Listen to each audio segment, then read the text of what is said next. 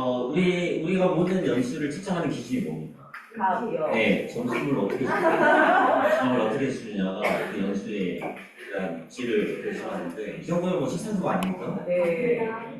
이렇게 주면 좋을 것 같은데. 자, 오늘 저는 미디어 교육, 아까 앞에 주던 전반적인 내용을 이야기했고, 이제 플랫폼들 몇 가지 소개해 줬는데, 그래도 이제 그 청소년과 미디어라는 수업을 우리 독서용에서 하고 있는데, 그 수업을 좀 이렇게 이수하고 졸업한 학생들 중에서 좀 배우 느낀 거나 뭐 이런 것들 함께 공유했으면 좋을 것 같아서 오늘 특별히 우리 졸업생을 한번 초대해 봤습니다. 덕선이 졸업생 중에 최고의 연수. 네, 윤재지 학생이 발표를 시작하도록 하겠습니다. 박수.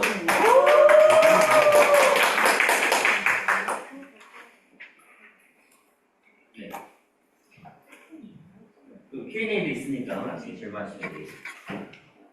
네, 안녕하세요. 저는 연세대학교에서 경영학과 문화인류학을 복수 전공하고 있는 윤예지라고 합니다.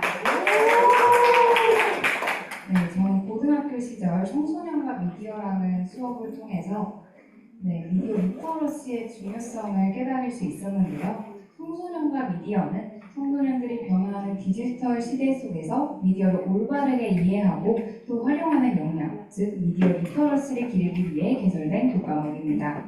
이 수업은 단순히 미디어를 소비하는 데 그치지 않고 미디어의 개념과 역사, 정보의 진입 판단, 그리고 소셜미디어 시대의 시민적 책임까지 넓게 다루고 있는데요.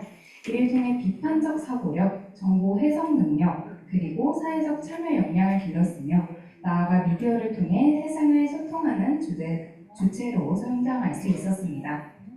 또한 선생님께서 학습의 목표를 제시하시면 그 과정과 형식은 학생 각자의 방식으로 자유롭게 탐구하도록 격려해 주셨는데요. 이러한 점이 저는 정말 인상 깊었고 고3 그 당시에 입시에 너무너무 지쳐 있었는데 이 수업만큼에서는 창의적으로 생각할 수 있는 시간을 가질 수 있어서 너무 좋았습니다. 네, 가장 기억에 남는 활동은 바로 나의 진로 로드맵 그리기였는데요. 이 활동을 통해 저는 미디어 분야의 다양한 직업을 탐색하고 또 제 흥미와 적성을 고려하여 구체적인 목표를 설정해 볼 수 있었습니다. 그 과정에서 저는 아나운서를 꿈꾸고 있었는데 이는 단순히 대본을 읽는 직업이 아니라 정보의 신뢰성과 전달력을 책임지는 커뮤니케이터라는 점을 깨달을 수 있었습니다.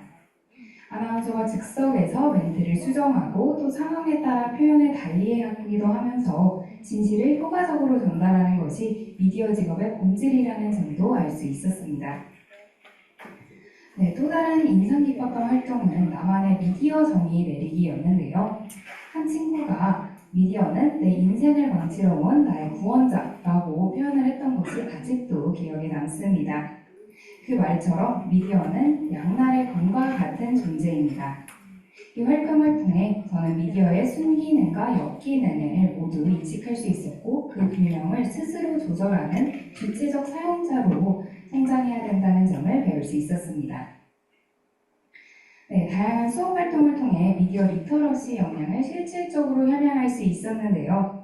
특히 뉴스토리라는 TV 프로그램에서 본 수업이 취재된 경험은 매우 인상 깊었습니다. 당시가 선거철이었는데요. 저와 학우들은 알고리즘이 초래하는 확증 편향의 문제를 해결하기 위해 그러한 문제를 어떻게 해결할 수 있을지 심도 있게 논의해보기도 하였습니다. 예를 들어 알고리즘의 영향을 최소화하기 위해서 로그인하지 않은 상태에서 검색을 시도하거나 정치적 중립을 유지하기 위해 여러 정당의 정보를 고르게 탐색하는 등 다양한 실천 방향을 제시하기도 하였습니다. 이를 통해 미디어에 의해서 왜곡되거나 편향된 시각에 휩쓸리지 않기 위한 비판적 사고의 중요성을 체감할 수 있었습니다. 이 경험을 통해 저는 미디어 리터러시가 단순히 정보를 비판적으로 수용하는 주체가 되는 것을 넘어서서 정보의 출처와 맥락 그리고 그 배후의 알고리즘적 편향까지 성찰하는 능력을 포함한다는 것을 깨달을 수 있었습니다. 다시 말해 미디어 리터러시는 현대사회에서 주체적으로 사고하고 또 합리적인 판단을 내리기 위한 핵심 역량이라고 볼 수 있겠습니다. 대학생이 된 지금 저는 AI와 미디어 리터러시의 관계를 새롭게 체감하고 있는데요. 챗GPT나 구글 제미나이와 같은 생성형 AI의 사용이 급격히 확산되면서 할루시네이션, 즉 인공지능이 만들어내는 오류 정보가 사회적 문제로 떠오르고 있습니다. 이때 중요한 것은 정보를 무비판적으로 수용하지 않고 스스로 사실 여부를 판단하는 능력인데요. 저는 그때 배운 미디어 리터러시 덕분에 AI가 제공하는 정보를 그대로 믿지 않고 스스로 여러 번 검증하는 습관을 미리미리 형성했다는 점이 굉장히 유익하게 작용하고 있습니다. 현재 저는 비즈니스 애널리틱스 수업에서 가짜뉴스 취약 계층을 주제로 사회혁신 프로젝트를 진행하고 있는데요. 이전에는 가짜뉴스의 피해자를 단순히 고령층으로만 생각했지만 실제로는 어린 세대나 또 디지털에 익숙한 사람들조차도 허위 정보에 노출될 수 있다는 사실을 깨달을 수 있었습니다.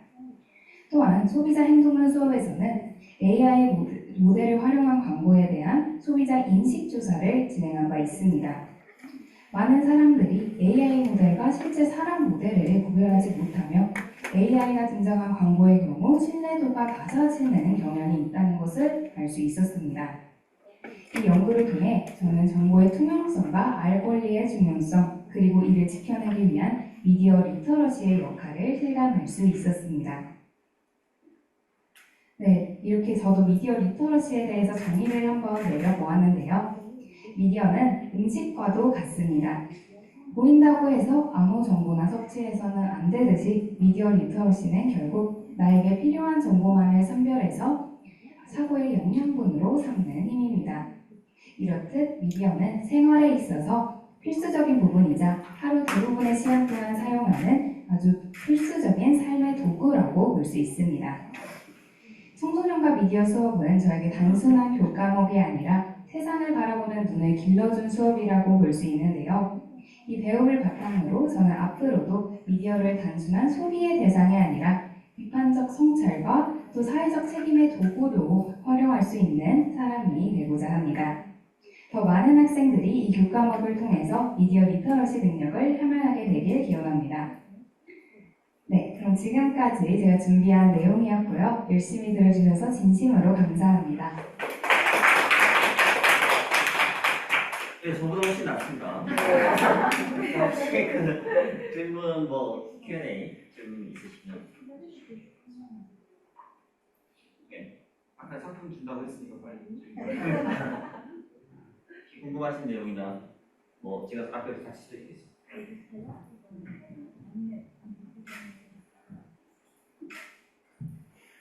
아 예.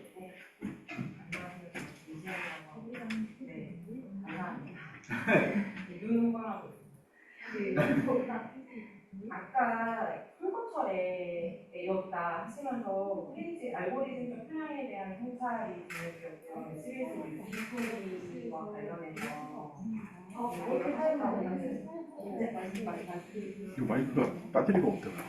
뭐 마이크 안 켜지네. 이거 마이크 배터리가 없는 거야? 예. 아 이걸로 하세요. 선거철에 SBS 뉴스 스토리를 통해서 알고리즘적 편향에 대한 성찰을 하는 공부를 하셨다 했는데 궁금증은 하나요. 어떤 걸 좀 구체적인 사례로 그쪽 어떤 사례를 하나 들어주실 수 있을지 어떤 이거 뉴스들을 보셨는지 그걸 통해서 어떤 점 느끼셨는지 학생 때의 기억을 다듬어서 말씀해 주시면 좋을 것 같습니다. 감사합니다.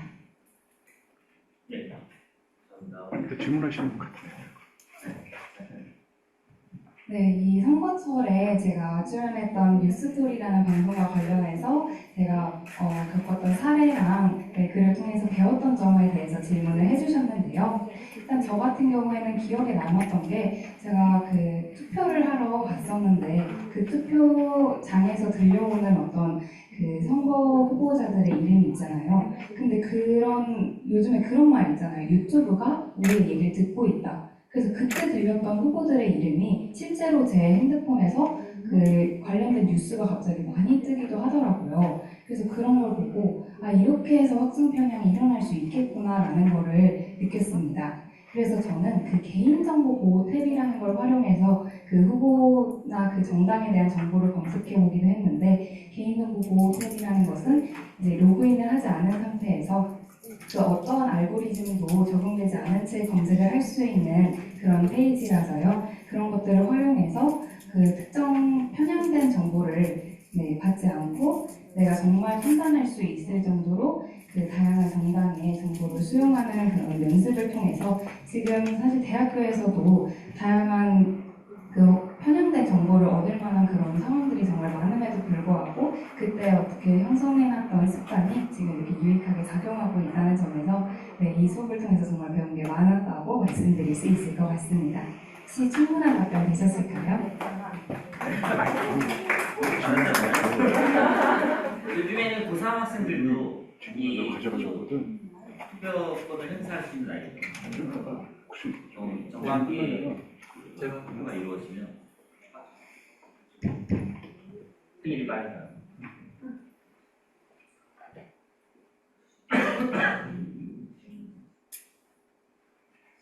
그 제가 하나 질문 우리 예지한테 한번 드리겠습니다. 그 뭔가 이렇게 학생들과 함께하면서 마이크를 아니 이거 그냥 되겠습니다. 뭔가 그 학생들과 함께하면서 좀 이렇게 시너지 같은 게 있었을 것 같아요. 그러니까 뭔가 이렇게 모둠별로 활동도 하고 발표도 하고 그런 과정들이 어떤 좀 유익이 있었는지 그런 부분 좀 궁금해요. 학생 입장에서. 네, 일단 저 같은 경우에는 그 수업을 통해서 이제 다양한 학생들과 시너지를 냈던 경험에 대해서 질문을 해주셨는데, 제가 앞서 말씀드린 그런 활동들에 대해서 조금 말씀드릴 수 있을 것 같아요. 저 같은 경우에는 이제 진로 로드맵 그리기에서도 사실 어렸을 때부터 아나운서라는 직업을 꿈꿔왔기 때문에 제가 생각하는 미디어 관련 직업 하면은 아나운서, PD 이런 직군밖에 없었던 것으로 기억하는데, 그 조에서는 개인 유튜버를 하고 싶다 이런 친구들도 있었어서 그런 어떤 직업의 다양성에 대해서도 알아볼 수 있었고요. 또 미디어에 대해서 정의를 내리는 것도 제가 기억하기로는 저는 미디어는 공기와 같다. 그래서 우리가 정말 의도하든 의도하지 않든 노출되는 것의 대상이고, 또 우리가 정말 없어서는 안 되는 그런 필수적인 존재라고 그냥 정의를 내렸었는데, 이렇게 미디어는 내 인생을 망치러 온 나의 구원자라는 되게 저는 어떻게 보면 생각해보지 못했던 정의를 내렸던 친구들도 있어서, 제가 단순히 미디어에 대해서 어떤 정의를 알고 순기능, 역기능을 아는 것을 넘어서서 다양한 사람들이 우리가 함께 사용하고 있는 어떤 그 미디어라는 대상에 대해서 이렇게까지 다양하게 생각할 수 있겠구나라는 점을 배울 수 있었던 것 같습니다. 네, 충분한 답변 되셨을까요? 그러면 우리 윤혜지 학생은 또 다른 일정, 너무 바쁜 일정 때문에 질문이 하나 있으셨던 걸로 기억해서. 그래? 네. 혹시 있으시구나. 네. 네, 바쁘신데 질문 아니요. 감사드리고요. 교사의 입장에서 진행한 수업이 학생들한테는 어떻게 받아들여질지 이제 궁금했었는데 직접 이렇게 말씀해 주셔서 유익하게 잘 들었습니다. 감사합니다. 아까 말씀하신 중에 대학에서 가짜뉴스 취약계층에 대한 연구를 하셨다라고 들은 것 같은데요. 제가 가르치는 학생들, 고등학생들 중에도 어린이들이 이제 정보에 취약한 학생들이 있다라는 내용에 대해서 관심을 가진 학생들이 있었어요. 그래서 이 연구가 이제 말씀하신 게 기억이 나는데 어떻게 진행하셨는지, 그리고 알게 되신 내용이 있으시다면 어떤 내용이 있는지나, 그리고 후속 활동으로 어떤 걸 하시고 싶다 이런 것들이 있다면 말씀해 주시면 감사하겠습니다. 네, 일단 질문 주셔서 정말 감사합니다. 일단 가짜뉴스 그 취약계층 주제로 제가 진행한 사회혁신 프로젝트 관련해서 질문을 주셨는데요. 저희 그 팀에서는 가짜뉴스에 취약할 수 있는 계층을 단순히 나이대로만 나누지 않았습니다. 그래서 다양한 질문을 만들어 보았는데, 나이로도 나눠보고 또 미디어를 사용하는 시간으로 그 기준을 나눠보기도 하였고요. 또 정치적 성향도 미디어 가짜뉴스에 대해서 취약할 수 있는 어떤 요소가 될 수 있을 것 같아서 그런 부분도 넣어봤고, 또 저희가 되게 그 조사를 하면서 인상 깊게 느꼈던 점은 그 정보를 수용하고 나서 단순히 그 정보를 본인만이 수용하고 그치는 것이 아니라 주변 사람들과 그거에 대해서 얘기를 나누는 것이 정말 그 미디어 리터러시에서도 중요한 역할을 하더라고요. 사실 가짜뉴스를 단순히 혼자 보고 나면은 뭐 그럴 수도 있겠다라고 받아들일 수 있잖아요. 근데 이제 주변 사람들과 대화를 하면서 그거 가짜뉴스다, 그거 허위사실이다 이렇게 얘기해주는 주변 지인들이 있을수록 더 그 가짜뉴스에 취약하지 않을 수 있겠다는 결론을 얻은 점이 조금 인상 깊었다고 말씀드릴 수 있을 것 같습니다. 그래서 저희 같은 경우에는 단순히 그 설문조사를 통해서 가짜뉴스에 취약한 그 대상이 이런 대상이다라는 거에서 그치지 않고 이런 대상들을 위해서 어떠한 그런 정부 제안이 있으면 좋을까에 대해서 생각을 해보았던 것으로 기억을 하는데요. 저희 같은 경우에는 아까 말씀드렸다시피 주변 사람들과 그 수용된 정보에 대해서 이야기를 나누지 않으면 그런 정보에 노출될 경우가 더 취약하다고 말씀드렸잖아요. 그런 만큼 나이가 많으신 분들, 특히 독거노인 분들을 위한 어떤 정부 제안을 지금도 아직 진행 중인 팀플이라서 저희가 제안하기 위해서 많이 고민을 하고 있습니다. 그리고 저희가 또 느꼈던 게 이런 프로젝트는 사실 고등학교에서도 충분히 진행을 할 수 있잖아요. 근데 대학교에서는 제가 앞서 말씀드렸다시피 비즈니스 애널리틱스라는 과목에서 진행을 하고 있는 만큼 저희가 이거를 모델링을 통해서 회계 분석을 한다든지 다양한 분석을 통해서 이 설문조사가 단순히 어떤 정성적인 결과를 내는 것이 아니라 정량적으로 어떤 수치를 나타내는지까지 좀 공부를 해보았다는 점에서 고등학생 교육과는 조금 다르다고 말씀드릴 수 있을 것 같습니다. 혹시 충분한 답변 되실까요? 네, 말씀하세요. 여기 마이크. 네. 좀 개인적인 질문일 수도 있는데요. 지금 강연자 분께서는 그 똑똑한 학생이기 때문에 네. 제가 고등학교 수업을 나가다 보면 똑똑한 친구들은 하여주는 대로 이렇게 스펀지처럼 잘 받아들이고 엉뚱한 것도 잘 받아들이더라고요. 제가 여쭈고 싶은 거는 특목고에 갔더니 아카데미 동아리로 그 미디어 수업을 들어갔을 때 본인들이 원하는 수업을 요청을 했었어요. 학생들이요. 근데 여기 선생님께서 이미 이제 수요 조사를 하셨는지는 모르겠는데 너희들이 필요한 미디어 수업, 어떤 수업을 원하니 이런 거를 하시고 미디어 수업을 하셨는지 그것도 좀 궁금하고요. 그게 아니라고 한다면 그냥 선생님이 해주시는 수업 내용을 가지고 공부를 하신 거잖아요. 그렇지만 학생들은 각각의 본인이 원하는 수업이 있을 거라고 저는 생각을 하거든요. 특히 이제 강의자분처럼 나는 미디어 이런 수업이 조금 필요한데 이런 것 좀 해주셨으면 좋겠다라는 거를 말씀을 안 하셨겠지만 혹시 그런 게 있으셨다면 개인적인 거라도 그런 게 있으셨다면 말씀해 주시면 감사하겠습니다.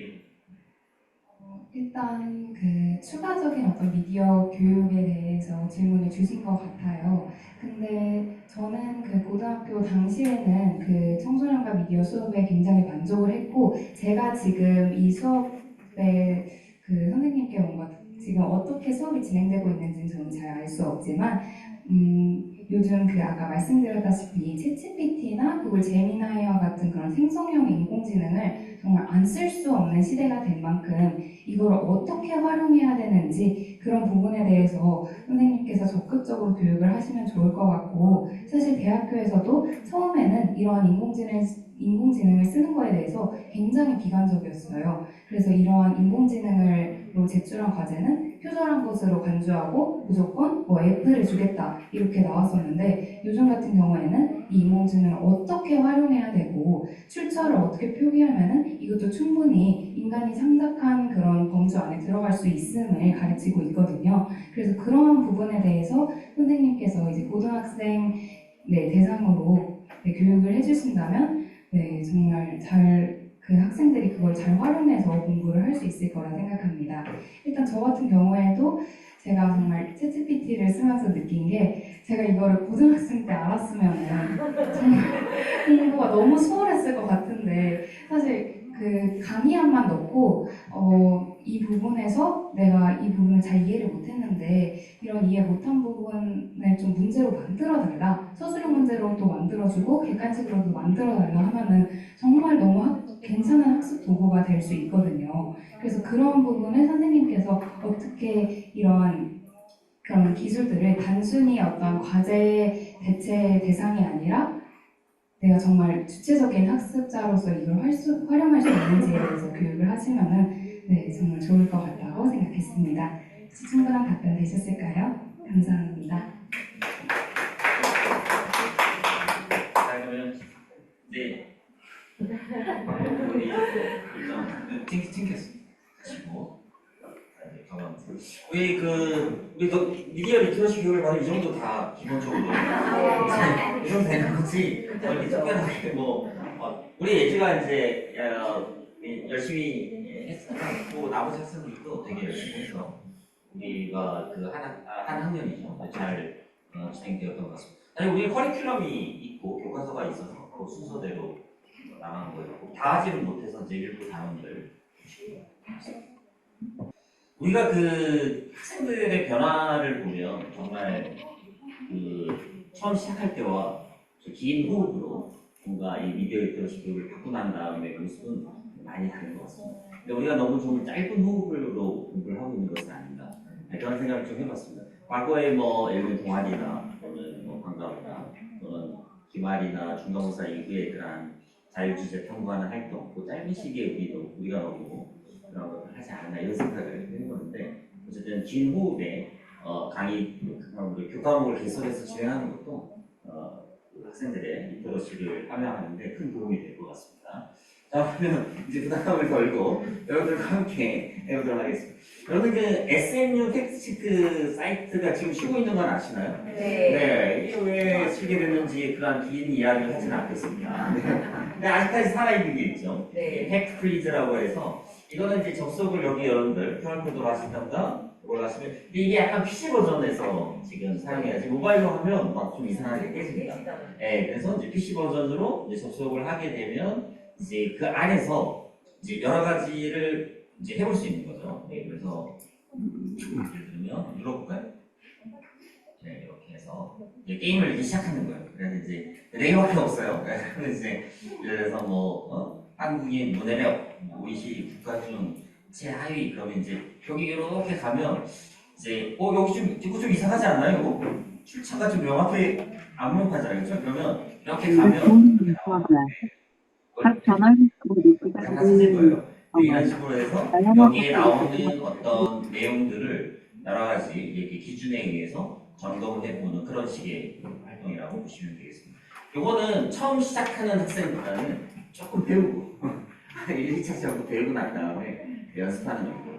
예전에 이거 말고 약간 카카오톡 기반으로 해서 한 게 있었는데 그것도 없어졌죠.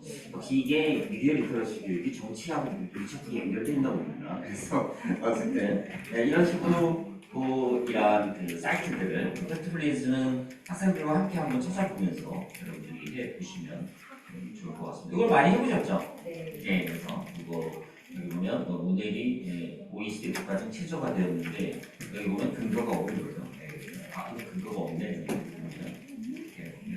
그래서 이걸 다 찾은 다음에 다음 단계로 넘어가는 그런 식의 플랫폼입니다. 이거는 한번 여러분들이 해보시면 좋을 것 같습니다. 그래서 이제 팩트플레이스 말고 이제 팩트체크 관련해서 좀 소개해줄 만한 게 없는지 제가 계속 찾아봤는데 있던 것도 없어졌습니다. 그래서 지금은 이 정도 하시면 될 것 같아요. 자, 그래서 팩트플레이스는 어쨌든 팩트체크 수업을 할 때 일정 부분 약간 시뮬레이션을 할 수 있는 건데 이 우리나라의 이제 뭐라 그러죠? 이렇게 텍스트로 된 거나 이미지로 된 건 되게 교재들이 되게 좋은데 이렇게 시뮬레이션 할 수 있는 데가 이제 조금 발전하는 단계에 있었었는데 갑자기 또 그만두고 또 발전하는 단계가 되려면 또 그만두고 여러 가지 때문에 그랬었었는데 그게 조금 보완되었으면 하는 그런 바람입니다. 플리즈 한번 접속해 보셨나요? 네, 지금 한번 자, 그러면 한번 접속해 보는 시간을 드리도록 하겠습니다.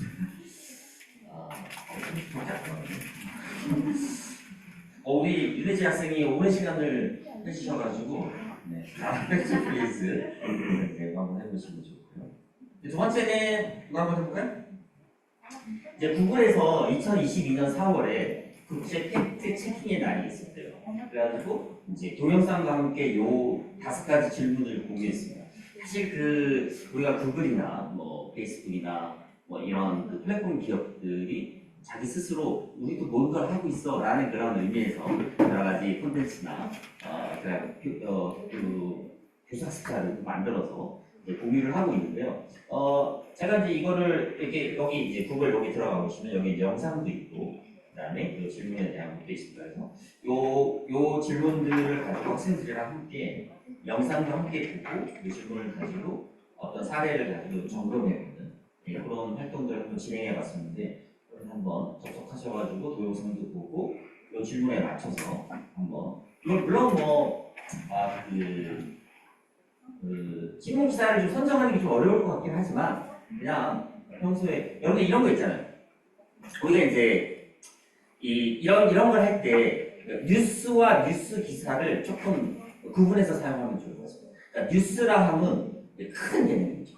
그러니까 뭐 우리가 정보를 담고 있냐, 오늘 박한 선생님이 옛날 다니던 졸업생을 데리고 왔대. 이것도 하나의 뉴스가 되는 거지만 언론사에 공적인 언론사에 보도된 뉴스 기사는 아니다. 그러니까 저널리스트가 쓴 뉴스를 뉴스 기사라고 하는 거고 뉴스는 큰 개념이거든요. 예, 그러니까 정보, 우리가 흔히 말하는 정보인데 새로운 그래서 이제 뉴스와 뉴스 기사가 있는데 이런 팩스를 할 때 뉴스 기사를 가지고 해도 되고 그러니까 우리가 흔히 말하는 일상생활의 뉴스를 가지고 해도 큰 문제는 없을 것 같습니다. 그래서 뉴스와 뉴스 기사를 조금 구분해서 하시면 될 것 같은데 한번 사례를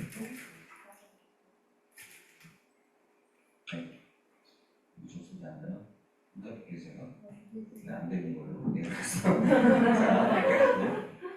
나중에 해보세요. 그리고 이제 비카인즈 사실 요즘에 제일 많이 쓰는 거는 비카인즈입니다. 그러니까 여러분들 비카인즈 많이 써보셨죠? 네. 이게 이제 여기 보면 이렇게 뉴스 검색이라는 게 있고 비카인즈 AI라는 게 있습니다. 그래서 뉴스 검색을 말 그대로 이제 검색을 하면 이렇게 요즘에 뭐 여러 언론사들 클러스터 방식이라고 하죠. 어떤 주제에 대해서 다양한 뉴스 언론 매체들이 어떻게 보도하고 있는지가 쫙 나오게 되는데 사실 이 뉴스 검색에 저희가 이제 알고 싶었던 거는 우리 활동 중에 이런 게 있었거든요. 가짜 뉴스라고 하는 단어를 사용하지 말자. 이거는 어떻게 보면 언론에 대한 불신을 불러올 수 있기 때문에 페이크 뉴스란 말을 쓰지 말고 우리가 공식적으로는 허위 조작 정보라고 쓰기로 했거든요. 그러니까 이제 엄격하게 얘기하면 사람들이 처음에는 이렇게 분류했어요. 허위 정보를 허위 조작 정보와 오정보로 나누는 거죠. 근데 허위 정보와 허위 조작 정보가 이름이 어때요? 비슷하잖아요. 그러니까 헷갈린 거죠. 그래서 그럼 허위 정보라고 쓰지 말고 거짓 정보라고 써요. 거짓 정보를 허위 조작 정보와 오정보로 나누고 이게 의도성이 있으면 허위 조작 정보.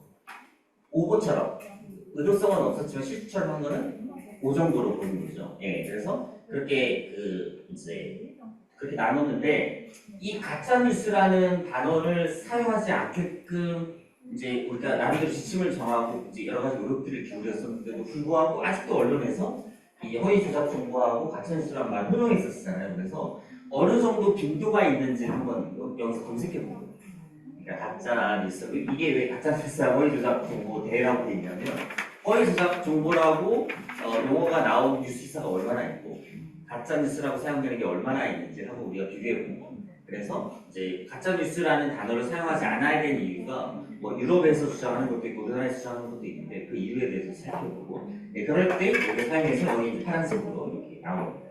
그런 의미로 생각하시면 될 것 같고요.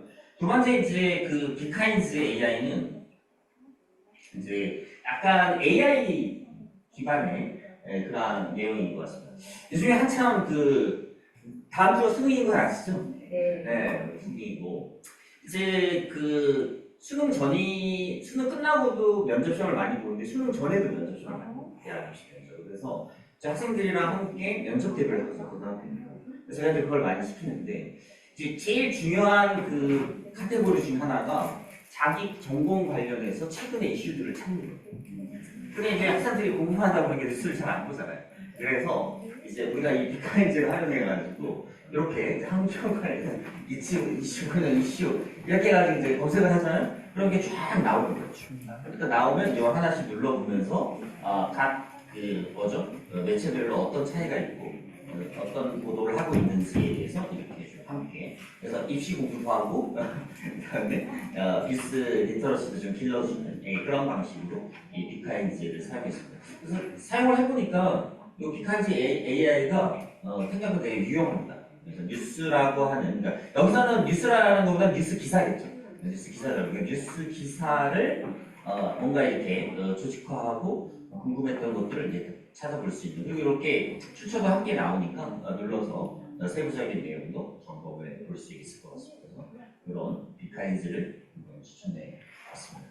모두 많이 써보셔서 아실 것 같고요. 근데 이것도 안에 들어가면 생각보다 디테일한 그러한 그 정보들이 많이 있더라고요. 일단은 그 예전 우리 신문들 PDF들이 있어서 그래서 저도 한번 제 우리나라 최초의 한성 순보 제 1호를 한번 열어봤어요. 제 학생들은 제일 먼저 뭘 하죠? 이거 하라고 제일 먼저 뭐 할 거예요? 아니. 그러니까 뭐 어떤 뉴스를 제일 많이 찾아요? 어른들 똑같잖아요. 자기 태어난 날, 자기 태어난 날 어떤 뉴스가 있었는지 궁금하잖아요. 안 궁금해요? 네, 궁금하잖아요. 그리고 그래가지고 그 태어난 날 뉴스가 뭐였는지 이렇게 보고 이제 그런 걸 많이 하죠. 그래서 저도 다 해봤거든요. 그랬더니 제가 태어난 날 이렇게 보니까 많이 사람이 되더라고요. 자, 어쨌든 비카인즈. 그리고 이제 이런 그런 트렌드 검색에서 이제 이렇게 단어를 넣으면 그 단어가 어느 연도부터 이렇게 좀 많이 이슈화됐는지를 알 수 있을 것 같습니다. 제가 이제 영화를 좋아해서 영화 관련된 이런 단어들을 이렇게 한번 검색해봤더니 전혀 없다가 1920년대 그러니까 아마 이때부터 뭔가 있었겠죠. 그리고 1941년 그때 엄청나게 올라온 걸 보면 그때 뭐가 있었는지는 모르지만 이때 되게 큰 그런 뭐가 있었다는 거죠. 그래서 이제 한번 찾아보기도 하고 그런 하나의 그런 어떤 경향성을 이거 그 미국 사이트에도 이런 게 있더라고요. 어떤 단어를 입력하면 그 단어가 언제부터 사람들의 관심을 받았는지 그런 사이트도 있고요. 그다음에 여기 보면 시각화하는 게 있습니다. 그래서 미디어 리터러시라고 하는 이제 제가 한번 등록을 넣어서 이렇게 워드 클라우드를 한번 만들어 봤더니 아니나 다를까 아까 우리 학생이 얘기했던 AI 그렇죠? 요즘에 이슈잖아요. 허위 정보. 이게 이제 아까 이게 허위 정보란 말이 좀 애매해서 이제 가짜 거짓 정보라고 요즘 많이 부르는데 그거는 이제 그 허위 조작 정보와 오정보를 포함한 허위 정보를 얘기하고 있습니다. 그리고 뭐 민주주의에 대한 이야기도 하고 사실 이 그 미디어 리터러시를 이제 기르려고 하는 이유 중에 하나가 디지털 시민성을 기르는 거죠. 그러니까 이 시대를 살아가는 그런 시민으로서의 가치가 기본 역량이라고 보고 그런 개념으로 민주주의가 나오고 있습니다. 그래서 이런 식의 그런 연관형 분석도 할 수 있고 이런 것들을 이제 두루두루 해볼 수 있으니까 안에 들어가셔가지고 이것저것 눌러보시면 아마 좋은 사이트들이 될 것 같습니다. 그리고 이 NRI 써보셨나요? 한번 써보신 분들 없어요? 네, 많으시네. 이거는 그 아무나 쓰는 게 아니더라고요. 네, 그냥 저기 이렇게 뭐 추천을 받아가지고 뭔가 아이디 이렇게 해서 추천해가지고 쓰는 방식인데 여러분도 아마 여기 언론진흥재단에 이제 신청해서 선생님들도 저도 이제 초청을 받아서 이제 사용을 좀 해봤는데 이게 최근에 좀 업그레이드가 됐다고 해서 며칠 전에 저한테 이메일이 온 거예요. 이게 개편사항이 있으니 꼭 좀 전해달라고. 그래서 이게 조금 더 업그레이드가 되었습니다. 기존에 좀 단순 IR식에서 조금씩 그리고 PC 기반이었는데 최근 태블릿 기반으로 해서 이렇게 나와 있었는데 저는 이제 보니까 이렇게 이제 뉴스를 서로 비교하는 거 여기 보면 이제 뭐 두 뉴스를 신문사를 비교하는 것도 되지만 여기 보니까 10개 정도를 선택하게 되더라고요. 그러니까 자기가 지금 원하는 그 언론사를 10개 정도 선택할 수 있는데 여기 보면 방송사도 있습니다. 그래서 이 신문하고 방송을 서로 비교해 볼 수도 있습니다. 그래서 그런 개념으로 사용하는 것도 좋을 것 같고 그래서 예전에 왜 제가 이제 초창기에 한 1990년대 초반에 제가 미디어 교육을 시작할 때 어떻게 뭐가 유행했냐면 여러 식의 신문을 오려가지고 이렇게 헤드라인을 비교하는 게 유행이었거든요. 한 92년? 그때 이제 그런 관심을 가지고 막 이렇게 할 때 보니까 이 헤드라인을 비교하는 거 그리고 이제 사설을 비교하는 거 뭐 이런 활동들을 많이 했었는데 어떻게 보면 아직까지도 유효한 방법이 아닐까. 그래서 이제 어떤 헤드라인을 뽑는 방식이나 그런 것들을 좀 비교해 볼 수도 있고 사실 그 요즘에 신문 그 뉴스 기사들이 이제 포털에서 볼 때는 약간 이렇게 텍스트 위주로 나와 있는데 이렇게 활자형으로 보는 걸 보면 되게 그 뭐라고 그러죠? 뭔가 신문 느낌이 나요. 저만 그런 거 같아요. 애들은 그렇게 느끼지 않는데 여러분들 혹시 그거 아세요? 이러면 정말 아시죠? 예전에 생문이 다 새로 쓰기였던 거 아세요? 그거 안 나세요? 다 새로였는데 어느 날 중앙일보에서 가로쓰기를 한 거예요. 너무 익숙하지 않아가지고 마치 성경책이 계속 세로였거든요. 소설책도 다 세로였는데 어느 날 가로쓰기를 하기 시작하는 거예요.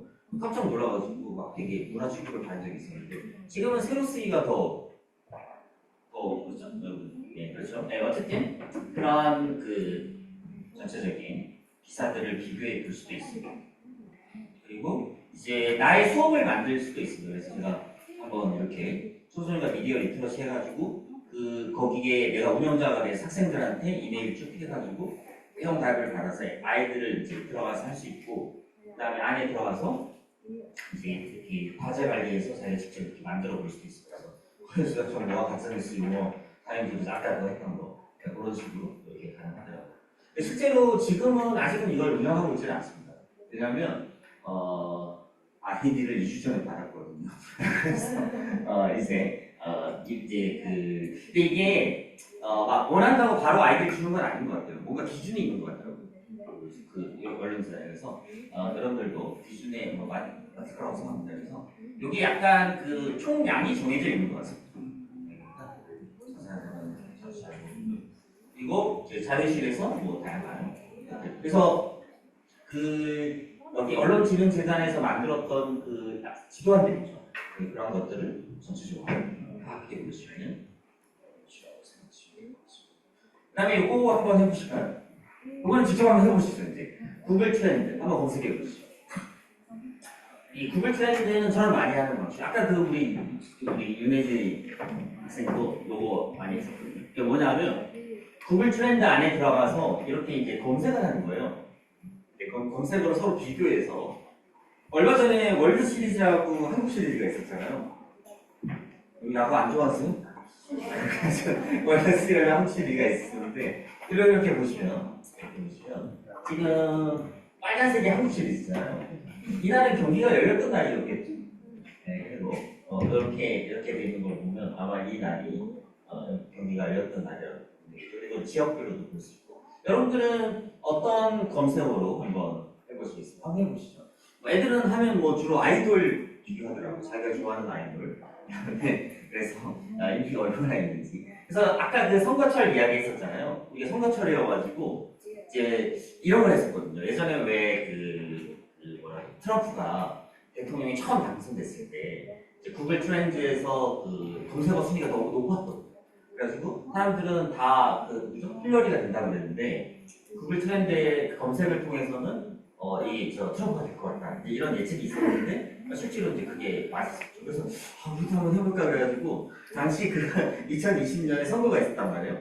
그 선거 때 야 한번 해보자 그래가지고 막 그 선거 나왔던 사람들 해봤는데 한 80%가 맞는 거예요. 우리가 이제 검색을 한 다음에 사람이 될 거라고 예측을 해볼 수 있잖아요. 그 다음에 실제 결과가 나왔는데 그러니까 이 구글 트렌드 검색이라고 하는 게 사실 데이터 마이닝, 그러니까 데이터를 추출해서 상황에 맞게 재구성하고 그래야 되는데 사실 그 미디어 플랫폼 기업들이 이걸 막 모두 다 공개하는 건 아니잖아요. 다 자기 돈인데. 그러니까 어쨌든 우리가 그래도 데이터 마이닝을 한번 해보자는 의미에서 구글 트렌드를 한번 해봤습니다. 여러분들 그래가지고 이제 이렇게 영역별로도 볼 수 있고 이거 구글 트렌드 말고 네이버나 다음에도 있습니다. 똑같은 게 있으니까 한번 참고하시면 좋을 것 같습니다. 네이버는 데이터랩 서비스인가요? 뭐 그런 게 되어 있습니다. 구글 트렌드의 검색, 우리 선생님 어떻습니까? 뭘로 하면 재밌을 것 같습니다. 이재명도 이성. 네, 알겠습니다. 여러분들, 네, 정치적인 이슈, 네, 정치적인 이슈를 지금은 정치적인 이슈를 많이 다루죠. 우리가 이런 트렌드 검색에 있어요. 그래서 뭐 그런 거 해도 되고, 어쨌든 학생들과 수업 시간, 그래서 제가 한 번 이런 과제를 내준 적이 있었습니다. 그러니까 다른 수업, 저는 다른 과목을 했습니다. 그 과목에서 이 구글 트렌드나 네이버 데이터 이걸 이용해서 거기에 하나의 도표로, 그러니까 자료의 도표로 하나를 넣으라고 했더니 자기가 그 조사하는 주제와 관련된 키워드들을 이렇게 비교해가지고 얘기를 하니까 좀 심도 있게 비교하는 그런 작업들을 하더라고요. 그래서 이런 트렌드 분석을 한번 해보는 것도 좋지 않을 것 같습니다.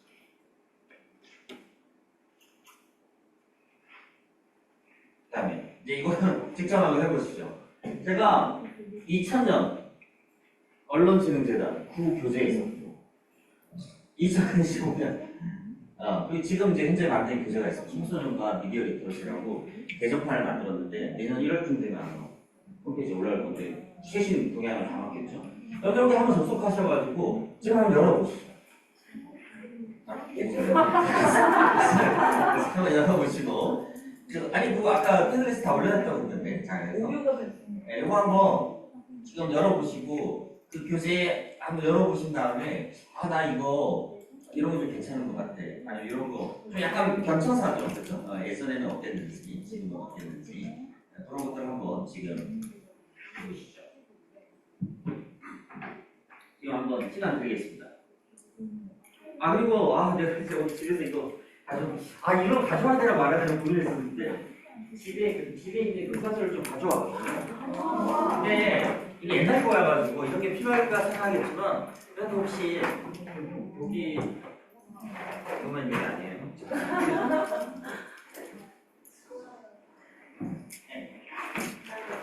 집에 가까워서 그래서 하나씩 보게 되면 예전에는 이런 DVD를 많이 풀었어요. 그래서 여기 보세요. 언론재다 미디어 뉴스재다. 집에 있어요? 아저씨 아줌마예요. 그다음에 이런 거 이제 예전에는 이게 주제별로 많이 했어요. 방송을 바르고, 애니메이션 바르고. 그다음에 여기는 미디어 바르고, 방송위원회, 방송통신위원회가 아니라 방송위원회. 최근에 이름 바뀐 거 아시죠? 그러니까 이건 아주 전이겠죠. 그때부터 발표했답니다. 그리고 요거는 이제 예전에 미디에이프라고 해서 카메라. 요거는 이제 그 예전에 한때 인터넷 윤리나 인터넷 사이버 폭력에 대해서 모델을 시리가 있었는데 그리고 이제 이런 식으로 약간 야매로 만들어가지고 뭐냐면 야매? 네, 그래서 이 필요한 영상을 제가 편집을 한 거죠. 선생님들한테 이제 제공을 했던 거 이게 2011년쯤 거 드리고요. 그다음에 그리고 또 우리 공종 요거는 이제 고등학생을 위해 예전에는 고등학생용을 안 만들었어요. 그냥 중등용 이렇게 만들었었는데 고등학생용으로 나온 요 뉴스 교재 언론재단에 나옵니다. 그리고 정말 이거 어떤 수녀님이 만든 건데 커뮤니케이션과 미디어라고 해서 정말 예전 게 고등학교인데 인정도서인데 이게 되게 그 뭐죠? 엄청 어려운데 그 수녀님이 만든 거예요. 여러분이 그 예전에 미디어 교육을 수녀님하고 신부님이 하셨던 거 알아요? 제가 초창기에 배웠을 때 다 수녀님하고 신부님한테 배웠어요. 가톨릭에서 종교활동으로 시작했죠. 그 다음에 자 이거는 우리 경쟁업체 청소년 정책 연구원인가에서 이건 주제별로 만든 거예요. 주제별로 해서 미디어 리터러시 만든 거예요. 좀 장사 같습니다. 네, 이거는 인터넷 가치사전 만들기라고 해서 사이버 폭력 예방을 위한 건데요. 이거 이런 식으로 해서 약간 워크북처럼 해서 예쁘게 만들어요. 그리고 이거는 이제 그 인정도서 여기 언론체는 인정도서를 몇 번 제가 받았거든요. 한 4번 정도 신청했었던 것 같은데요. 그 중에 하나로 인터넷, 한때도 인터넷 리터러시가 유행했었죠. 그 교과서가 생각보다 소개할 게 많네. 그다음에 이거는 이제 예전에 경기도 교육청에서 한 150개에서 300개 정도 학교를 선정해서 1년 동안 교육을 시켰던 적이 있었거든요. 네, 그 교과서 창의와 인성의 소통의 숲에서 만나는 이런 거 그리고 그다음에 이거는 이제 워크북. 그다음에 소셜 미디어 교재도 2012년에 발표했어요. 이건 최근에 또 경제학 업체인 시청자 미디어 기관에서 만든 이게 참 웃긴 게 민주시민 교육과의 미디어 리터러시를 할 때는 민주시민 교육으로 얘기하다가 지금은 사회정서 지원과 아래에 있어요. 맞아요. 네, 그래가지고 이거 제목이 이렇게 붙었어요. 사회정서 지원을 사회정서 지원을 그리고 요거 이제 이거는 그리고 이거는 이제 이 서울시 교육청에서 독서하고 미디어를 연결시키면 좋겠다고 해가지고 그거 만든 책입니다. 사람 잘 몰라요.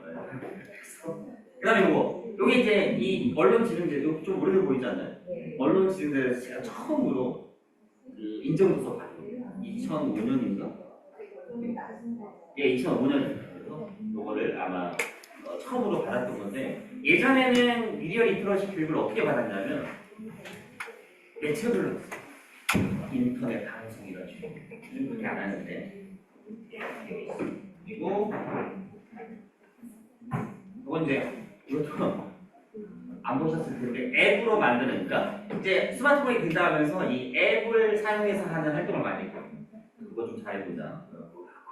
자, 이거는 사이버 폭력. 사이버 폭력 관련해서 이제 취업 프로그램, 이제 회복 탄력성을 위한 이거 보니까 내가 많이 했네요. 자, 그리고 자, 그다음에 이건 토이토로 비롯된 그래서 그 교재도 보시고 여기 있는 것도 와서 구경도 하시고 그러면서 10분간 드리겠습니다.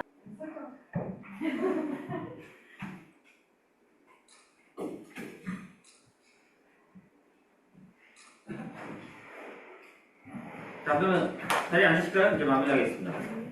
자, 네. 설마 추억의 책가방 하시는 건 아니죠? 자,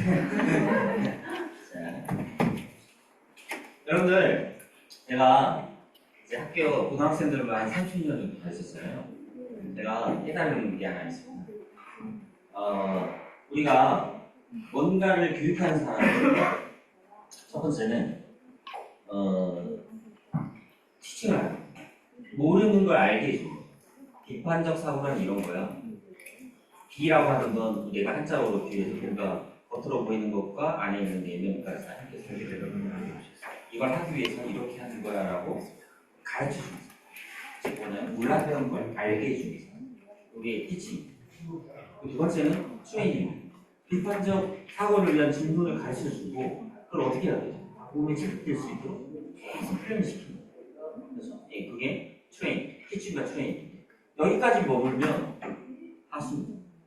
다음 고수는 뭐냐? 에듀케이션. 이끌어내는 거죠.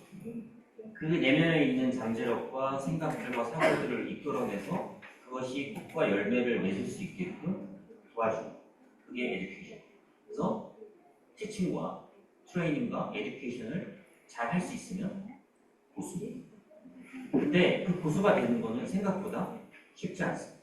왜냐하면 나도 열심히 노력해야 되고 학생들과의 상호작용도 잘 해야 되고 그러니까 결국 내가 이것도 공부를 통해서 알 수 있거든요. 티칭은 어떻게 해야 되고 트레이닝은 어떻게 해야 되고 에듀케이션은 어떻게 해야 되는지도 지식으로 공부할 수 있지만 그거는 부족하고 경험을 통해서 얻어지는 지혜가 함께 축적이 돼야 됩니다. 그러니까 경험을 통해서 공부도 하고 지식을 통해서 많은 공부를 통해 이런 책들뿐만 아니라 오늘 우리 프랑스에서 오신 플레미의 그런 프로그램을 통해서도 공부를 하고 그런 것들이 융합되어져서 결국 제가 만들어지고 만약에 이렇게만 열심히 제가 30년 전으로만 돌아갈 수 있다면 저는 정말 좋은 의사였겠죠.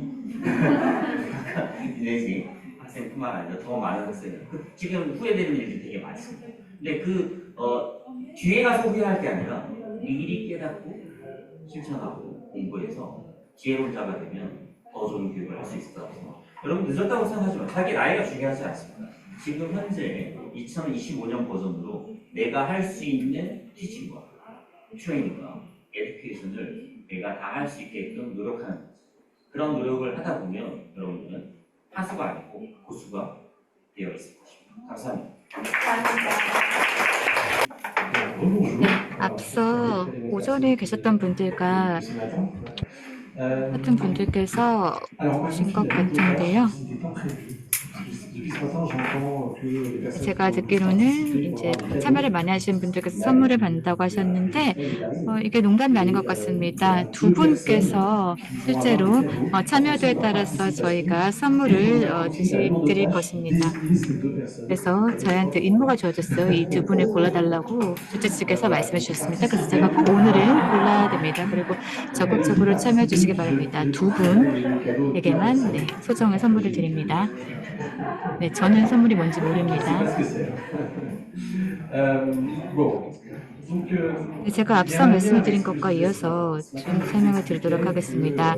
제가 이제 클랜리에 대해서 말씀을 드렸고, 그리고 저희 스튜디오에서 또 아이들을 대상으로 다양한 미디어와 관련된 교육을 한다라고 말씀을 드렸고요. 그리고 아까 이제 클래미 관장, 여기 앞서 클래미 관장님께서 제 사진을 찍고 계십니다. 그래서 저희 이제 보스가 여기 와 계시고요. 그래서 저희 이제 팀에서는 다양한 그런 학습 자료들을 만들고 있습니다. 아까 말씀을 드렸듯이 저희가 주제를 정하고 그리고 현장에서 실습을 하고 실제로 이런 것들이 잘 운영이 되도록 하고 있습니다. 그래서 제가 오늘 말씀을 드릴 것은 바로 클래스 인베스티게이션 또는 이제 조사 수업이라고 하는 것입니다. 저희가 2019년에 이것을 만들었고요. 동료와 함께 만들었습니다. 그래서 저희가 10,000명의 교사들이 관련해서 이제 교육을 받았습니다. 그래서 저희가 이제 매주 화상으로 또는 현장에 가서 이렇게 교육을 하게 되는데 매주 한 100명 정도가 이제 수요일에 온라인으로 접속하셔서 교육을 듣고 있습니다. 자, 그러면은 그 기원에 대해서 출발에 대해서 좀 말씀을 드리도록 하겠습니다. 제가 클래미에 처음 왔을 때 실제로 이 수요가 많았었습니다. 허위 조작 정보와 관련해서 뭐 예를 들면은 뭐 페이크 뉴스라든지 뭐 허위 정보와 관련해서 교육을 달라는 수요가 많았습니다. 그래서 실제로 현장에서 교사들의 그런 디맨드가 많았고 특히 이 재료와 그러니까 자료와 관련된 그런 수요가 많았습니다.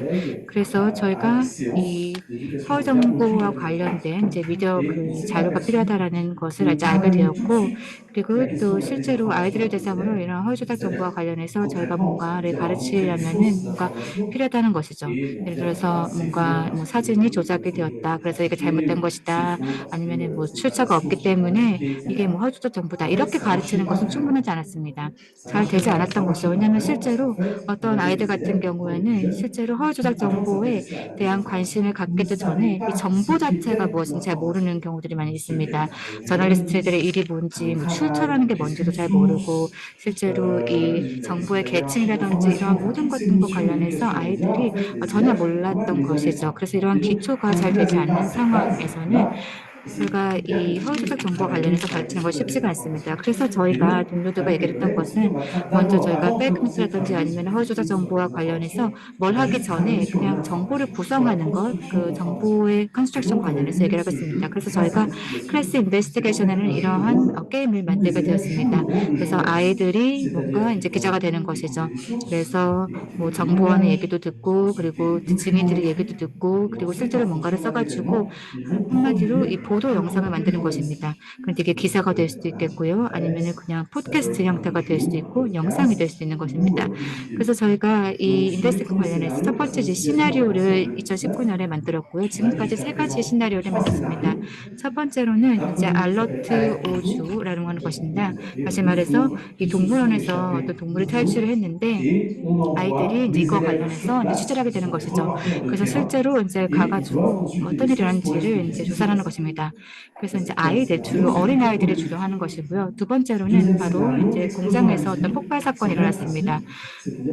공장에서 이제 어떤 사건이 발생을 했는데 화학 공장이었습니다. 그래서 아이들이 실제로 이제 가가지고 뭔가 추적해서 이 원인이 무엇인지를 파악을 하고, 그리고 실제로 여러 이제 소스들을 또 검증을 하고, 예를 들어서 거기 뭐 시정부라든지 뭐 지방자치라 단체라든지 아니면은 뭐 공장 관계자라든지 아니면은 소방관 뭐 등등을 인터뷰를 하게 됩니다. 그리고 아이들이 그러고 나서 듀플렉스라는 것을 하는데요. 약간 하나의 영상을 만드는 것입니다. 한국 같은 경우도 이제 실제로 뭐 현장에 가가지고 이제 기자가 뭐 실시간으로 상황을 이제 보고하는 그런 것을 하게 되고요. 그리고 세 번째 시나리오가 있습니다. 보기니 재판이라고 하는 것인데요. 실제로 이 법률 전문가의 역할을 합니다. 법률 기고자가 되는 것이죠. 그래서 이 재판에 대해서 다양한 것들을 이제 쓰게 됩니다. 그래서 이 각각의 이제 시나리오 보면요. 아이들이 기고자가 된다든지 아니면은 저널리스트가 된다든지 하나의 역할을 주역을 쓰게 됩니다. 그러면서 기자들의 역할이 무엇인지를 알게 되고요. 그리고 어떠한 뭐 정보원 같은 경우는 또 어떤 정보 같은 경우, 수처 같은 경우는 명확하지 않은 경우들이 많이 있습니다. 그리고 또 상충되는 정보들도 많이 있습니다. 근데 이것은 사실 많은 그런 리포터들의 경우는 또 저널리스트들이 겪는 그런 문제이죠. 아이들이 그런 것을 직접 경험하게 됩니다. 그래서 저희가 만든 것이 새로운 시나리오인데요. 네 번째 시나리오입니다. 바로 아마존에서의 어떤 밀매, 불법 거래를 의미하는 것인데 한 달 전에 나왔습니다. 저희가 저널리스트 컨소시엄인 퍼비든 스토리즈라는 이 컨소시엄과 함께 협력을 했는데요. 관련해서는 좀 이따 자세하게 말씀을 드리겠습니다. 어떻게 이런 작업을 했는지 말씀을 드리겠습니다. 왜냐하면 저에게 있어서 중요한 것은 이제 방법론인데요. 저희가 이제 현장에서 이것을 검증하는 것이 중요하다고 말씀을 드렸는데 일단 저희가 이 수업에서 이게 잘 되는 게 중요하기 때문입니다. 일단은 저희가 400명의 그런 교사들을 대상으로 설문조사를 진행을 했습니다. 아까 말씀드렸던 1부터 3까지 시나리오를 다 했던 그런 교사들이고요. 그래서 어떠한 주제가 중요하다고 생각하는지 그리고 현장의 니즈는 무엇인지를 파악을 했습니다. 말씀을 드렸듯이 현장의 목소리에 귀를 기울이는 것이 매우 중요합니다. 다시 말해서 현장의 교사의 목소리를 듣는 것이 매우 중요하고 두 번째로는 예를 들면 뭐 지속 가능한 개발이라든지 생태라든지 뭐 이런 것과 관련해서 니즈가 있다는 것을 알게 되었습니다. 그리고 두 번째로는 전 클레미 차원에서 특정 주제들, 그러니까 미디어 주제와 관련된 어떤 것들을 한번 테스트해보고 싶었습니다. 오신트라고 하는 것이죠. 오신트라고 하는 것은 이제 공개된 정보입니다. 우리가 인터넷 찾을 수 있는 그런 정보들을 얘기를 합니다. 그리고 이제 공공 데이터베이스와 같은 것들이 있습니다. 예를 들면 SNS에 보면 정말 다양한 정보들이 나와 있잖아요. 유럽 같은 경우에도 실제로 우리가 우크라이나 전쟁과 관련해서 다양한 정보들이 있습니다. 구글맵이라든지 이런 것들 통해서 탱크가 이동하는 그런 경로들도 볼 수 있고요.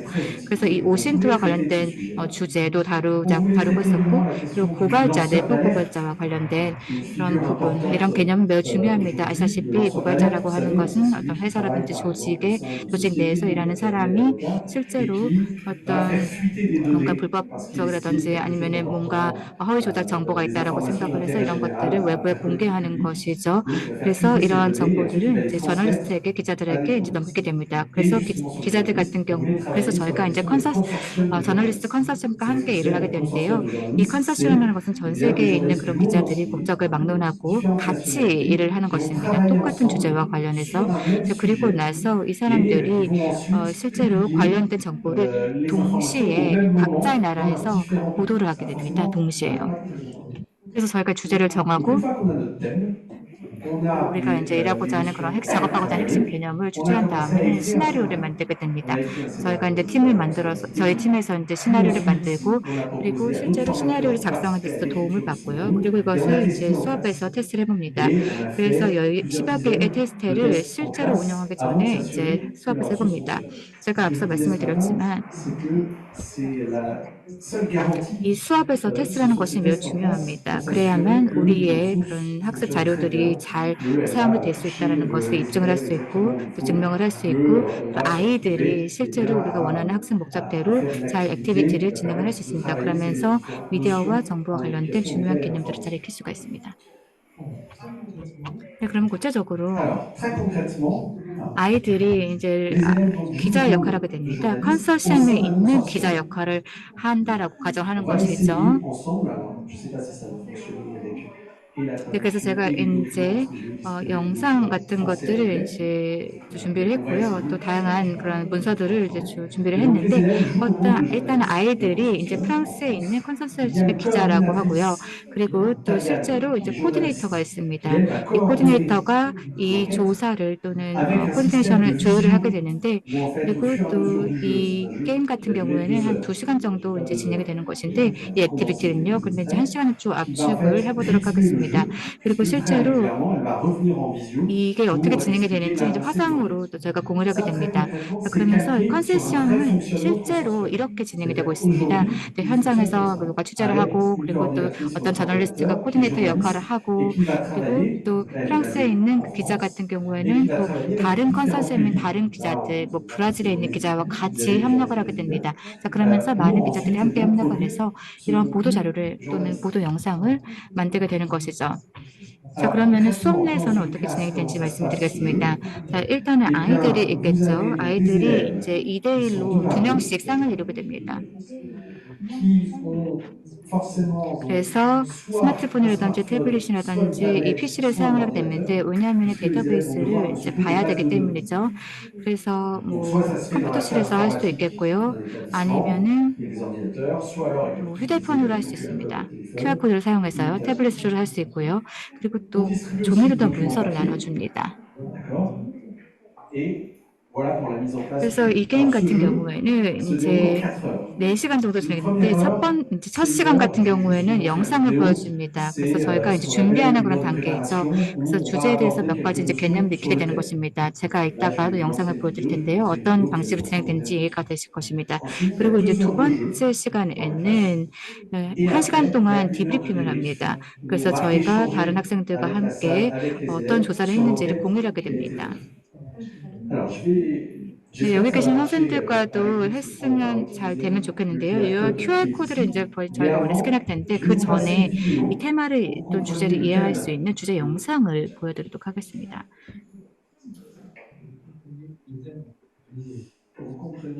시나리오의 이제 주제에 대해서 이제 말씀을 드릴 텐데 바로 축산물의 또는 가축의 세탁이라고 하는 것입니다. 가축 세탁이 뭔지를 말씀드리겠습니다. 아마존 열대우림은 온실가스의 일부를 흡수해서 기후변화 대응에 큰 역할을 하고 있습니다. 하지만 지난 20년 동안의 벌채로 인해서 면적의 약 20%를 잃었고 이것은 기후위기를 더욱더 악화시켰습니다. 브라질에서 산림 파괴의 주요 원인 가운데 하나는 축산업입니다. 2017년 이후에 가축 사육을 위해서 8억 그루가 넘는 나무가 베어졌습니다. 한 마리당 약 1,000유로의 수익이 난다는 계산 때문에 축산 관련 벌채는 순전히 경제적 논리에 따라서 이루어집니다. 더 많은 가축을 길러서 판매하려고 농장주들은 방목질을 넓히려고 하고 있습니다. 이를 위해서 일부는 불법으로 아마존의 새로운 지역을 불태웁니다. 브라질에서는 벌채된 토지에서 사육된 가축의 판매가 금지가 되어 있습니다. 이렇게 토지를 불태운 농장주는 무거운 벌금을 받을 수 있고요. 또 해당 토지는 엠바르고 사육 금지 조치가 내려질 수가 있습니다. 그러나 이 법을 우회하기 위해서 일부 대규모 농장주와 또 도축장에서는 가축 세탁이라고 불리는 불법 시스템을 만들었습니다. 라이브스톡 런더링이라고도 하는데요. 방식은 이렇습니다. 먼저 불법, 즉 벌채된 토지에서 가축을 기르고요. 그런 다음에 그 가축을 합법적인 농장으로 옮깁니다. 이동 후에는 이 가축이 합법 농장에서 온 것으로 간주가 되어서 유럽을 포함한 전 세계로 판매되어 나가고 있습니다. 이러한 세탁 시스템은 막대한 이익을 낳는 거래를 부추기고 환경법을 우회하게 되고요. 그리고 궁극적으로 아마존 파괴와 나아가 기후 교란을 가속하고 있습니다. 네. 조금 복잡한 이제 개념일 수 있는데요. 그래서 이 가축 세탁이라고 하는 것이 사실 들으면 무슨 뜻인지 모를 수 있겠지만 영상을 보시면 잘 이해를 했죠. 실제로 불법적인 그런 농장에서 왜냐면 이제 산림부계가 있는 농장에서 가축을 기르다가 합법적인 농장으로 이 가축들은 이제 옮기게 됩니다. 그러면서 유럽으로 이제 수출하게 되는데요. 그래서 실제로 합법적인 농장에서 이제 왔다라고 생각해서 이게 산림 벌채가 있던 농장에서 축산되지 않았다라고 이제 판단이 되게 되는 것인데 이게 바로 세탁인 것입니다. 돈 세탁이랑 똑같은 것이죠. 여기서 이제 가축을 세탁하는 것입니다. 그래서 이제 저희가 바로 이제 기자가 돼가지고 이 게임을 하게 되는 것이죠. 그래서 여러분들께서 이제 기자의 역할을 하게 되시는 것입니다. 조사를 하는 이제 기자를 하게 되시고요. 그래서 제가 이제 다큐멘트 이 문서를 좀 나눠드리도록 하겠습니다. 플래시 앰포라고 하는 것이 있는데요. Je vais vous le faire puisque je n'ai pas le flash info dans le slip. Ce que j'ai envie, c'est pas très grave. Donc, 네, 그래서 이제 le 여러분이 c'est que vous avez un journaliste 브라질에서 아까 어떤 그 기자가 브라질에서 살인을 당합니다. 왜냐하면은 이 가축 세탁과 관련해서 이제 취재를 하고 있었거든요. 이건 실화를 바탕으로 하고 있습니다. 자, 그래서 이제 기자 컨소시엄에 있는 기자들이 실제로 이 기자가 했던 보도를 이어서 이제 취재를 이어서 하게 됩니다. 그래서 실제로 이 죽임을 당했던 이 기자의 취재를 이어서 하게 되는 것입니다. 근데 이렇게 하기 위해서 저희가 이제 약간 툴을 드릴 텐데요. 이런 도구를 통해서 실제로 이 가축 세탁이 어떻게 일어나고 있는지를 추적을 하게 되는 것인데, 자, 두 가지가 있습니다. 일단 스마트폰을 가지고 이 QR코드를 스캔을 하십시오.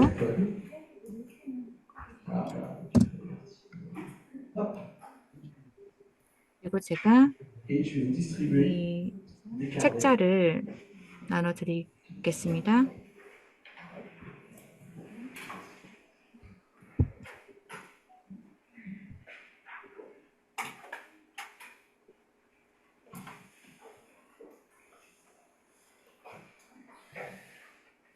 네, 그래서 accept를 하시고요. 자, QR코드를 스캔을 하시고 이제 accept 수용한다라고 하면요. 이 원을 이제 클릭을 하시면요. 이 비밀번호가 있습니다. 1208 1208을 넣으시면 됩니다. 입력하시면 됩니다.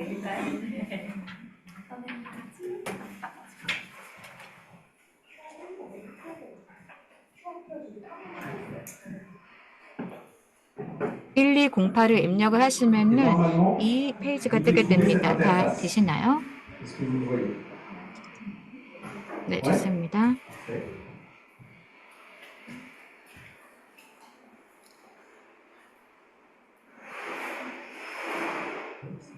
네. 네, 좋습니다. 네, QR코드 다 잘 찍으신 것 같고요. 거의 다 잘 되신 것 같습니다. 네, 좋습니다.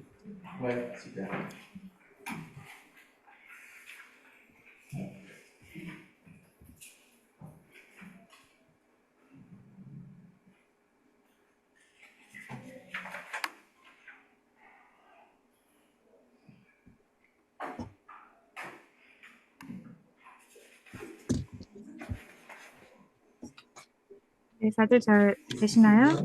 네, 됐습니다. 자, 그래서 동그라미를 이제 클릭하시면요. 그리고 1208이라는 패스워드를 치고 엔터를 누르시면은 이 화면이 뜨게 됩니다.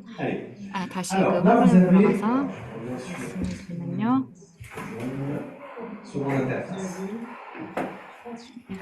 자, 네, 3개의 문서가 뜹니다.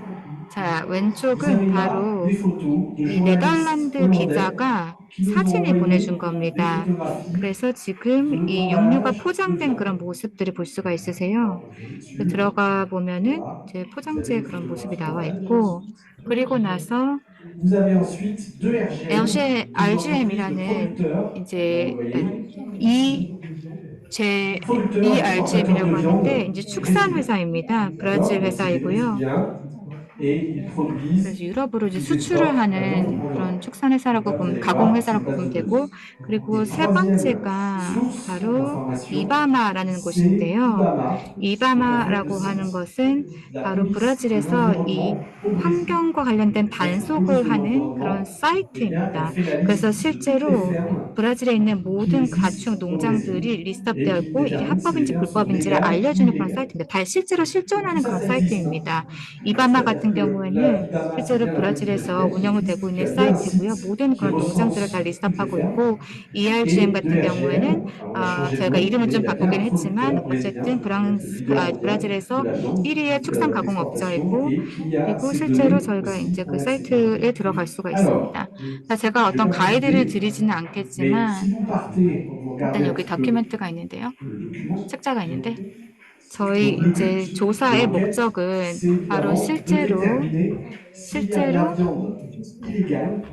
유럽에 들어오는 이러한 축산물들이 이제 불법인가라는 것을 판단하는 것입니다. 그래서 첫 번째 단계는 여기 지금 이제 1페이지를 보시면요.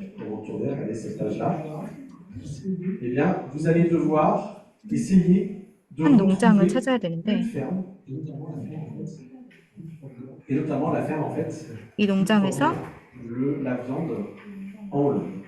그러니까 농장에서 이제 네덜란드로 고기를 수출하고 있는데요.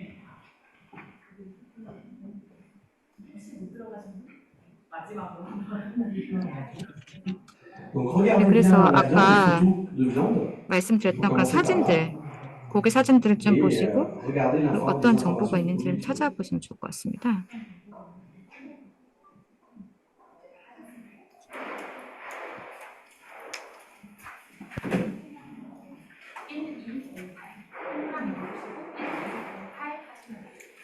중간에 돌아가는 동그라미 누르시고 1, 2, 8 되셨을까요?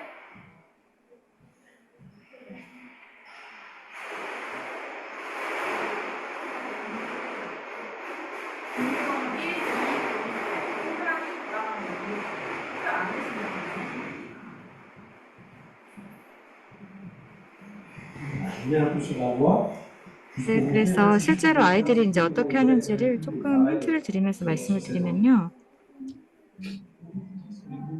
자, 일단은 고기 사진들을 조금 클릭을 해보시면요.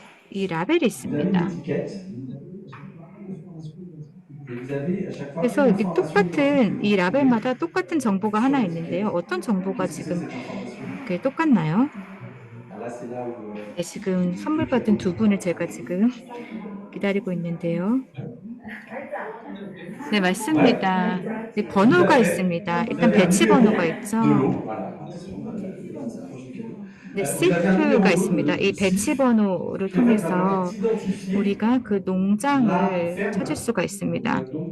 그래서 여기 보시면은 여기 SIF 넘버에다가 그 번호를 쓰시면 되고요. 이 SIF 번호를 알게 되면은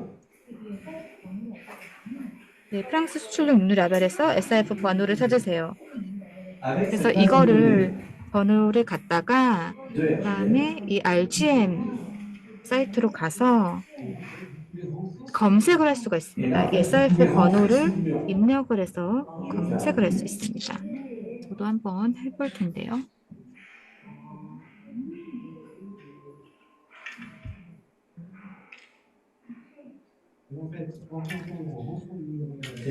그래서 저희가 데이터베이스의 번호를 입력을 하게 되면은 바로 농장 번호가 뜹니다. 맞습니까? 농장 이름이 뜹니다. 그래서 그거를 적으시면 되고요. 농장 명이 뜨는데요.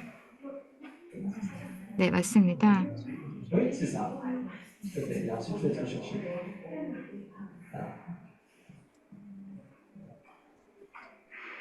그래서 농장과 관련된 정보가 있고요.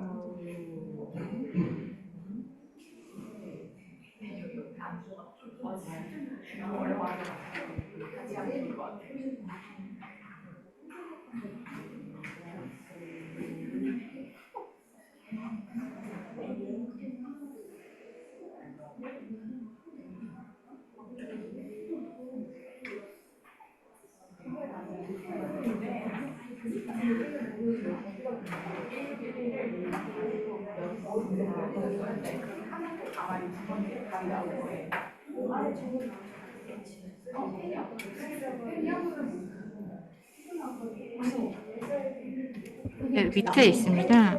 펜이 없어요. 농장명 있고 녹주, 그 다음에 브라질은 이제 어느 주에 있는지 농장이 찾아볼 수 있고요.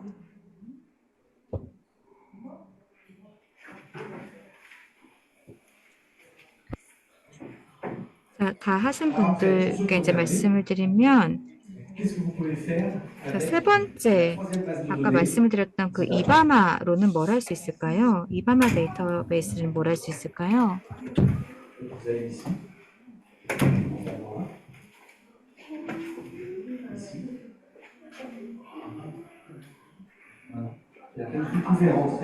Voilà.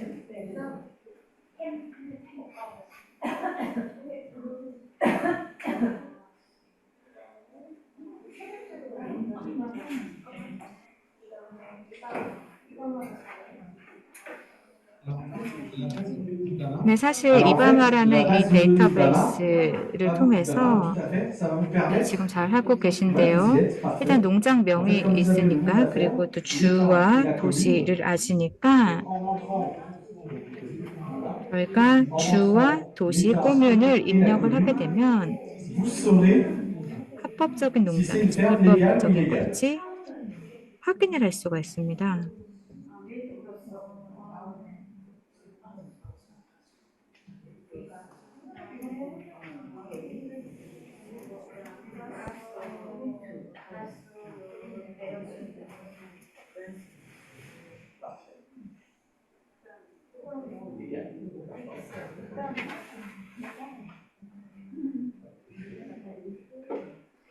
네, 그래서 여기에 주를 입력을 하시고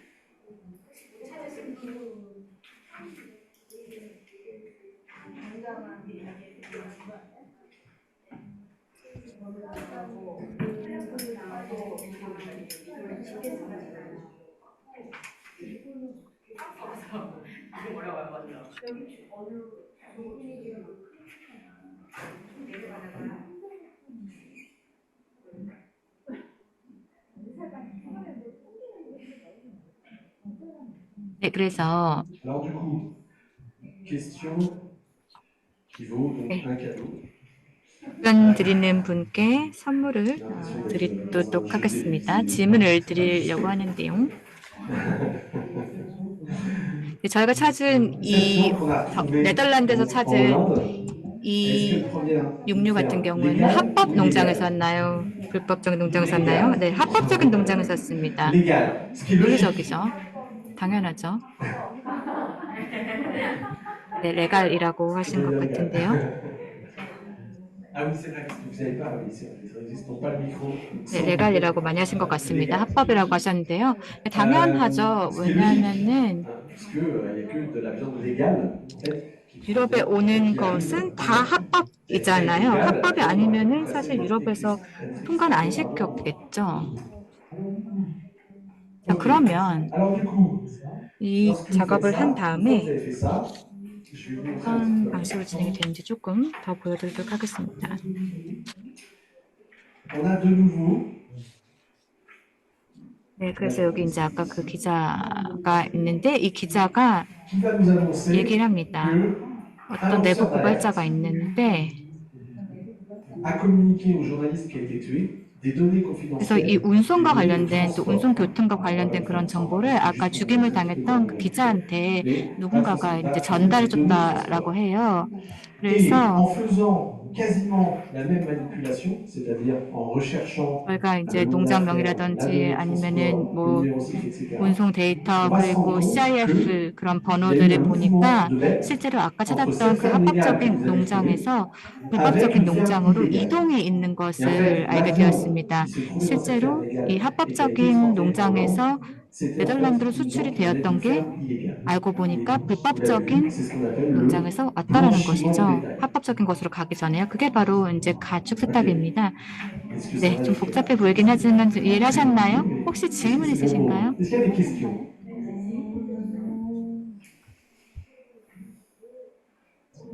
질문 있으신가요? Est-ce qu'il y a des questions? 불법적인 농장에서 합법적인 농장으로 이동했다는 부분은 어디서 알 수 있는 건가요? 고갈 때문에.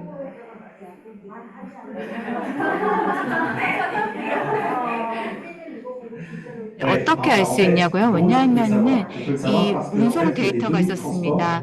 예를 들면은 뭐 가축을 이제 운송하게 되면은 운송장에 번호 같은 게 있잖아요. 그런데 아까 ERGM이라는 그 회사 같은 경우에는 이 데이터가 인터넷에서 찾아볼 수 있는 데이터였습니다. 운송장 같은 경우요. 그래서 그 내부 고발자가 그 번호를 갖다가 기자한테 줬고 그 기자가 그 번호를 토대로 가축이 불법에서 합법적인 농장으로 이동 갔다는 걸 확인할 수 있었던 것입니다. 이해하셨나요? 이해 못하셨나요? 근데 그러면 지금 네, 이 절차를 밟아서 이게 밟고 있잖아요. 이 절차를 밟고 있음에 있어서 이걸로 인해서 그 불법이었다라고 알 수 있는 방법은 언제인 건가요? 내부 고발자의 만약이.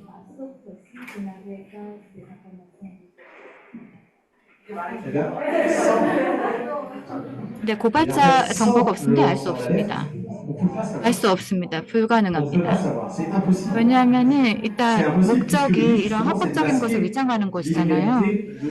그래서 사실 고발자 없이는 알 수가 없습니다. 그렇기 때문에 이게 이제 비밀 정보이고 그래서 이 기자가 죽었던 것이죠. 왜냐하면은 이 조사 자체가 위험한 거고 그리고 실제로 이분이 중요한 기밀 정보에 대해 입수했기 때문이죠. 사실 이 해당 농장 같은 경우에는 실제로 존재합니다. 왜냐하면은 존재하는 그러한 농장이고 그리고 매년 100만 유로 정도의 매출이 발생합니다. 100만 유로요. 그래서 엄청난 수익을 창출하고 있는 것이죠. 그래서 만약에 고발자가 이 데이터를 누구한테 주면 된다는 것은 엄청난 위험을 감수하는 것이고 그래서 실제로 이걸 조사했던 기자가 죽게 되는 거죠. 누군가에서 죽임을 당하는 것이죠. 자, 그래서 저희가 이제 SIF 번호 이런 것들을 찾았고 그리고 또 이 제보자에 의해서 실제로 이게 불법적인 농장에서 왔다는 것을 이제 알게 되었고 그리고 또 다른 이제 나머지 그 방법에 대해서 말씀드리면 이제 OSINT를 볼 것입니다. 공개 정보요. 그래서 실제로 공개된 그런 인터넷 정보들을 한번 봐서 실제로 이 조사와 관련해서 실제로 이 가축을 운송했던 운송업자가 페이스북에 사진을 올렸는지 이런 것들을 좀 한번 봅니다. 그래서 보니까 셀카를 찍어가지고 자기 트럭과 관련해 그날 운송을 했던 그날에 이제 그 트럭을 배경으로 사진을 찍었어요. 그래서 이런 데이터를 이제 SNS에 올렸던 것이죠. 자, 그래서 아이들 같은 경우에는 이 SNS라든지 이런 것들을 해서 뭐 이름도 찾을 수가 있고 일반적으로 저희가 좀 더 농장 같은 것들을 웹사이트를 들어가 보면요 전화번호도 나와 있습니다. 그래서 아이들이 뭐 전화를 걸 수 있습니다. Et là, vous avez, 그러면은 거기 이제 avoir, 농장주가 le fermier 뭐 qui lui va vous dire donc, 아니다, 다 합법적이다라고 이렇게 얘기를 할 수 있겠죠. voilà. En fait, 그래서 en gros, l'idée de ce 어쨌든 jeu, 이 게임에서 c'est de 중요한 것은 reproduire la 실제로 이 démarche 기자들 또 eh bien, 조사를 du 하는 journaliste 기자들의 그런 d'investigation. 프로세스를 그대로 따라가는 Et 것이고 vous voyez, c'est 적어도 plus ou moins 물론 그 l'idée. 과정에서 C'est-à-dire 약간 que 좀 bon, là, 복잡할 c'est 수도 있고 un 그래서 peu 가이드를 compliqué 제가 pour 해드리긴 les 했지만 여기 mais 계신 en fait, 분들께는 les élèves, 선생님들께서는요. 근데 par eux-mêmes, 제가 이제 ils 아이들 같은 cherchent. 경우는 Ils 실제로 다 regardent un base de 본인이 données, ils essaient de 데이터베이스도 comprendre, 찾고 그래서 etc. 저희가 Bon, 좀 alors là, 시간이 o래 alors là, c'est 줍니다. plutôt 근데 실제로 잘 c'est 진행이 un peu 됩니다. très bien. 왜냐하면 Donc vraiment 정말 là, 기자 c'est 입장을 vraiment 생각을 dans 하기 le rôle 때문이죠. journaliste. 그 Et 놀라운 alors, ce qui est 점은 incroyable dans cette histoire, c'est que là, vous avez 이탈리안 같은 vous avez 경우는 이제 Taliane, 프랑스 française, 저널리스트이고 qui a joué 코디네이터 le rôle 역할을 de 했는데 Loris. Mais ça, en fait, 실제로 c'est 이게 une 이제 vraie histoire. 실화를 바탕으로 C'est inspiré 하잖아요. d'une histoire réelle 그래서 et 제가 ils ont 한 diffusé 영상을 이제 une 보여드릴 vidéo 텐데요. 저널리스트 d'un 컨소시엄, consortium de 포비든 journalistes qui s'appelle 스토리의 Forbidden 그런 Stories, 영상입니다. qui 그래서 이 raconte un 조사와 petit peu 관련해서 좀 cette 어떤 histoire. 영상을 찍었는데 보여드리도록 하겠습니다. 톰 필립스는 탁월한 언론인이었고 경력이 쌓일수록 환경과 아마존에 점점 더 관심을 갖게 되었습니다. 그는 현장의 사람들, 예를 들어서 어부들과 그 지역의 원주민들과 직접 이야기하는 걸 좋아했고요. 그리고 브루노 페레리아와 함께 아마존에서 브루누를 이제 일종의 가이드로 삼고 많이 의지했었습니다. 네, 힘든 직업이죠. 허위 정보가 이 지역을 마약 밀매나 불법 활동과는 무관한 것처럼 묘사하는데요. 아마존은 이제 분석가들에 의해서 숫자로만 보여지고 있습니다. 속보입니다. 지금 브라질로 가겠습니다. 한 용의자가 기자 톰 필립스와 원주민 전문가 브루노 페레이라를 살해했다고 자백했습니다. 그는 시신이 발견된 장소로 수사관들을 이끌었다고 합니다. 그는 열대우림과 그곳의 주민들에게 무슨 일이 벌어지고 있는지 세상에 알리려 했기 때문에 살해되었습니다. 이 이야기들은 반드시 세상에 알려져야 합니다. 아마존에서 벌어지는 일은 우리 모두와 관련이 있습니다. 조직범죄 확산으로 아마존의 산림 파괴에 맞서기가 더욱더 어려워지고 있습니다. 우리는 8개월째 자바리 계곡을 드나들고 있습니다. 이제 이 기자의 유품을 좀 찾았고요. 그분의 친구 자동차 안에서도 찾았고요. 그래서 존은 우리에게 이 중요한 이야기를 들려주려고 했고 브루노는 사람들을 지켜줬습니다. 이 이야기를 전하는 것이 우리의 의무라고 생각합니다.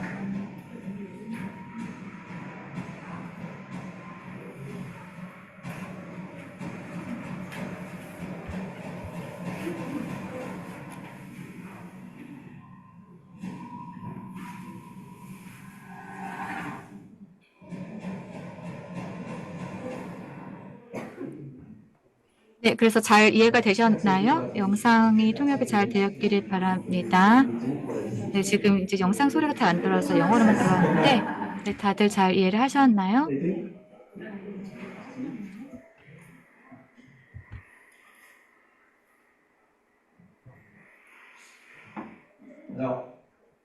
네, 그래서 저는 이제 설명 차원에서 는 말씀을 드리지만 사실 아이들 같은 경우에는 이게 실화인지 모릅니다. 처음부터.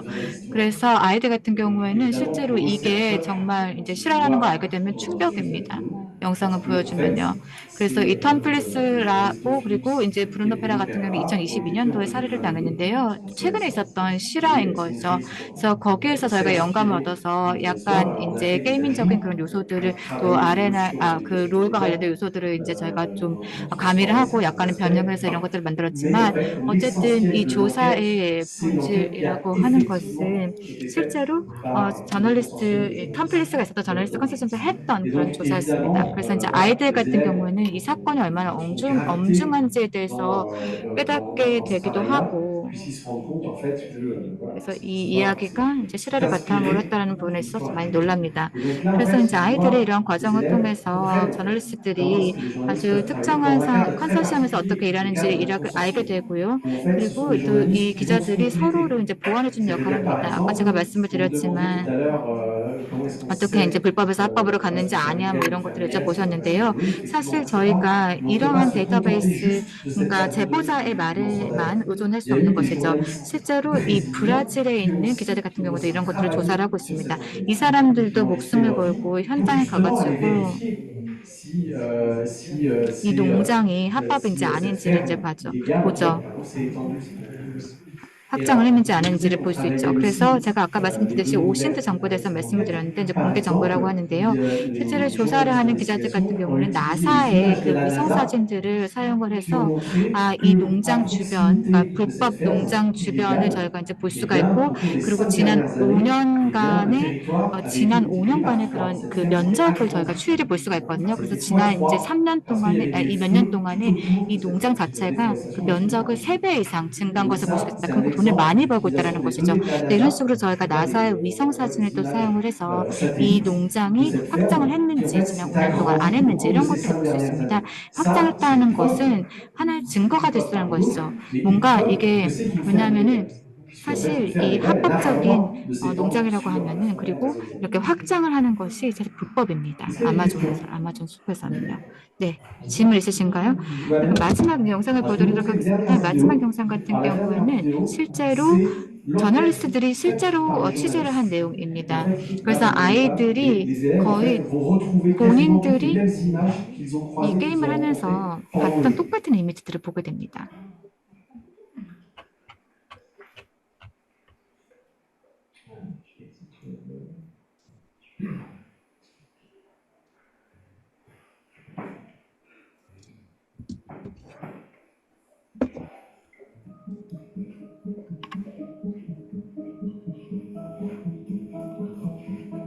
브라질은 세계 최대의 쇠고기 수출국입니다. 유럽으로는 매년 브라질산 쇠고기 14만 톤가량이 수입이 됩니다. 이 생산물 중 일부는 아마존 산림 파괴에 가담한 축산업에서 비롯이 됩니다. 브라질 기업 JBS가 있는데요. JBS는 전 세계 육류 산업의 선도 기업입니다. 또한 EU로 쇠고기를 가장 많이 수출하는 기업이기도 합니다. 우리의 조사에 따르면은 EU로 수출되기 전에 아마존 불법 사육 가축을 세탁, 합법처럼 위장하는 과정에서 JBS가 어떠한 역할을 했는지 밝혀내었습니다. 위성사진과 가축 이동 데이터 그리고 소셜미디어에 게시된 사진을 대조해 보면은 JBS가 산림 파괴로 제재를 받은 불법 농장에서 가축을 공급받았음을 보여줍니다. 자, 여기 보시는 것은 브라질 북서부 마투그로스 주에 위치한 에스트렐라 다리 농장입니다. 1984년부터 2016년 사이에 촬영된 위성사진이 증명하듯이 이곳은 아마존 벌채로 크게 훼손된 지역에 자리하고 있습니다. 에스트렐로 데 오리 헤리 농장의 생산물은 불법 벌채 혐의로 2012년부터 브라질 환경부의 거래 사육 금지 엠바르고 조치를 받고 있습니다. 이는 공개된 정보이고 JBS는 2019년에 불법 농장과 거래하지 않겠다고 공약을 했기 때문에 우리는 더더욱 이 상황을 모를 수밖에 없었습니다. JBS는 산림 파괴에 관여했거나 엠바르고 대상의 농장에서 가축을 구매하지 않습니다. 하지만 우리의 조사는 JBS가 에스랄로 데 아리 공장에서 비밀리에 가축을 조달했음을 보여줍니다. 2019년 7월 한 운전자가 촬영해서 7월 12일 페이스북에 올린 사진에 따르면 이 농장에서 브라질 업체 소속의 트럭 4대가 가축을 실어 갔습니다. 사진 중 한 장면은 트럭 운전자의 티셔츠에 JBS 로고가 선명히 보입니다. 또 다른 사진에는 JBS 로고가 붙은 트럭 한 대가 농장 방향으로 향하는 모습이 담겨 있습니다. 이어진 2장의 사진에는 트럭들이 현장에서 정차해 있는 장면이 보입니다. 이를 통해서 우리는 위성사진과 대조해서 사실임을 확인을 하였습니다.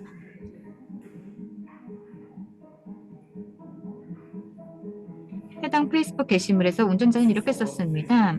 에스트렐라 두아르테 농장에서 에스트렐라 도 쌍기 농장으로 옮긴 가축을 다시 실어 날랐다. 브라질 가축 운송에 관한 비공개 자료에 따르면 12대의 트럭이 에스트렐라 두아르테에서 에스트렐라 도 쌍구이 농장으로 소를 옮겨갔습니다. 2019년 7월 동안 이뤄졌고 에스트렐라 도 쌍기 농장은 아마존 내 합법구역에 소위 합법구역에 위치합니다. 이 농장은 EU 수출이 허가되어 있습니다. 따라서 JBS 소속 트럭 4대가 불법 농장에서 허가된 농장으로 이동에 관여했을 가능성이 매우 높은 것으로 나타납니다. 이것이 바로 가축 세탁입니다.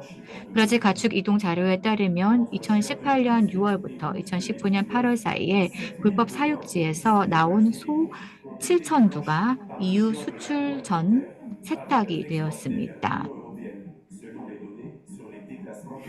JBS는 문의를 했을 때 저희 정보를 부인했습니다. JBS는 불법 행위에 연루된 농장에서 가축을 구매하지 않습니다. 당사는 공급망 전방에 걸쳐서 제로 디포레스테이션, 산림 파괴 제로를 분명한 원칙으로 삼고 있습니다.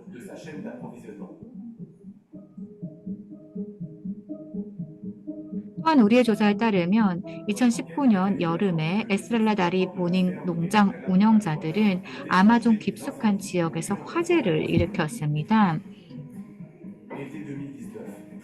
수만 건의 화재가 아마존을 휩쓸었었습니다. 그 대부분은 불법적으로 토지와 방목지를 넓히려는 농장주들에 의해서 발생했습니다.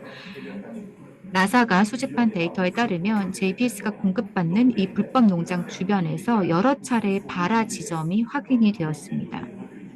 2019년 그리고 2020년에 촬영된 위성 사진들은 에스트렐라 데 하리 보닌 농장 주변에서 약 250헥타르가 벌채되었음을 보여줍니다.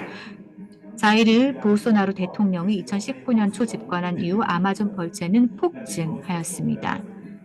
이는 JBS의 이익이 되는 생태, 기후, 재앙이라고 할 수 있습니다. 2019년 5월부터 20년 6월 사이 이 JBS라는 기업은 EU로 쇠고기 46,500톤을 수출한 바 있습니다.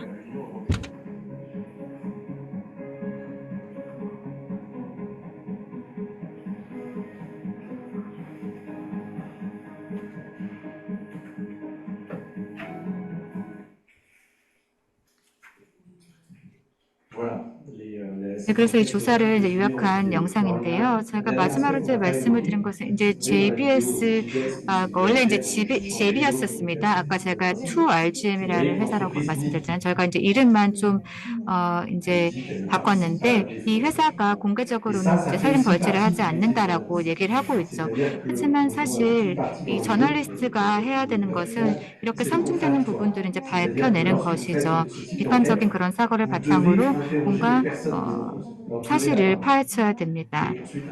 뭐 회사는 본인들이 얘기하고 싶은 것을 얘기를 하겠죠. 그래서 중요한 것은 비판적인 시각을 갖는 것입니다. 아시다시피 때로는 기업이 본인들이 표방하는 것을 그대로 따라하지 않는 경우들이 많이 있죠. 그래서 상충되는 이야기를 메시지를 전달을 할 때도 많습니다. 그리고 실제로 저희가 어떤 조사를 진행을 할 때 또 이게 공격의 대상이 될 수 있다는 것이죠.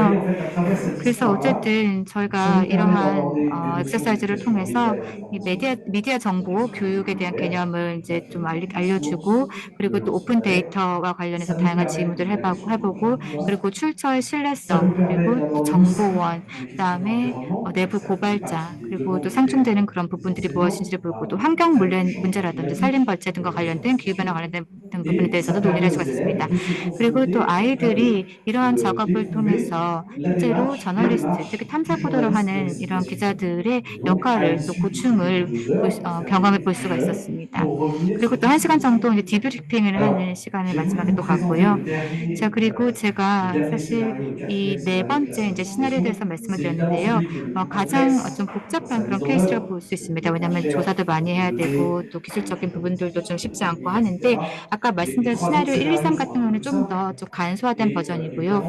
그래서 실제로 이제 프랑스에서는 교사들로 하여금 가장 좀 심플하고 또 간소화된 버전이 이제 시나리오 1번으로 시작을 하도록 합니다. 그리고 아까 말씀을 드렸던 그 공장에서 뭔가 이제 폭발된 어떤 사건과 같은 시나리오가 매우 좀 쉽습니다. 왜냐하면은 저희가 좀 청각에 좀 집중을 해서 조사를 해야 되는 거나 그런 게 좀 이제 적고요. 그런데 이제 시나리오가 좀 더 발전할수록 좀 더 데이터베이스를 봐야 되는 것도 많고 그리고 또 어느 정도 가이드가 필요한 경우들이 많이 있습니다. 왜냐하면 저희가 SIF라든지 이런 것 번호 같은 것을 찾을 때 중간중간에 이제 막히는 경우들이 있는데 그럼에도 불구하고 아이들이 잘 찾아냅니다. 자, 왜 그렇게 잘 찾아냈느냐? 왜냐하면은 저희가 이러한 그 시나리오를 돌리기 위해서 다양한 테스트를 현장에서 많이 검증을 했고 그리고 또 저 이런 것들을 이제 교정을 하고 또 보완을 했고 그리고 실제로 12세 그리고 13세가 하는 것도 있지만 15세, 16세용도 있습니다. 그리고 좀 더 이제 어린아이들 같은 경우에는 저희가 좀 더 교사가 가이드를 많이 줘야 되는 경우들이 많이 있습니다. 그런데 고등학생들 같은 경우에는 좀 더 자유롭게 잘 할 수가 있습니다. 그리고 많이 이제 모티베이션을 얻습니다. 본인들이 이제 이러한 다큐멘터리를 받았을 때 아니면 책자를 받거나 이런 문서를 받았을 때 이걸로 뭘 해야 되지라고 이제 생각을 많이 하게 됩니다. 그래서 이제 뭔가 처음으로 SIF 번호를 쳐보니까 이 농장이 이제 합법인데 그럼 합법인데 뭐가 문제지라고 하면서 거기서부터 파고 들어가는 것이죠. 실제로 저희가 이제 수업에서 많은 테스트를 하고 있기 때문에 이것이 잘 작동하는 것입니다. 현장에서 그런 검증이 없다라고 하면요 더 이제 힘들 것입니다. 왜냐하면은 이 가축 색작이라고 하는 것 제가 앞서 처음에 보여드렸던 영상은 꼭 필요한 영상입니다. 왜냐하면은 이 준비가 없이는 아이들이 조금 이해하기 어렵기 때문입니다. 그래서 저희가 첫 번째 이제 세션에서는 약간 이제 영상을 보여주고 그다음에 이제 가축 세탁이 무엇인지에 대해서 그 개념을 좀 설명을 해줍니다. 그래서 실제로 이런 준비 과정이 좀 필수입니다. 물론 이 모든 것이 시간이 걸리기는 합니다. 하지만 이 프로세스를 다 타고 나면은 그래서 이 방법론을 다 이제 한 번씩 거치고 나면요 잘 작동이 되고요. 그리고 마지막으로 이제 중요한 것은 교사가 아이들 대상으로 했을 때 잘 되고 있다라는 생각이 들어야만 이게 잘 되는 것입니다.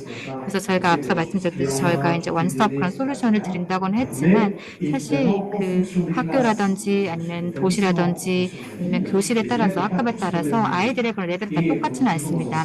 그래서 교사 입장에서는 우리 아이들이 이거 하기 너무 어렵다고 생각하면 하지 않아야 됩니다. 왜냐하면 좀 더 심플하고 간소화된 그런 자료들을 사용을 하는 게 맞습니다. 실제로 어떤 시나리오 같은 경우에는 15세 이제 용들이 있는데 이 15세 같은 경우에 15세 용이라고 하더라도 같은 15세라고 하더라도 학급에 따라서 이게 되는 경우도 있고 안 되는 경우도 있습니다. 하지만 아이들이 가장 잘 아는 거는 교사입니다. 그래서 교사가 아이들이 잘 알고 있다라고 하면은 이걸 할 수 있는지 없는지를 이제 잘 판단할 수 있습니다. 우리 아이들이 하기엔 너무 시나리오가 복잡하다라고 하면은 하면 안 되고 아니면 좀 약간 각색하거나 조금 보완해서 할 수도 있고요. 왜냐하면은 궁극적으로는 아이를 가장 잘 아는 것은 교사이기 때문입니다. 혹시 질문 있으신가요? 네, 지금 선물이 2개밖에 없어서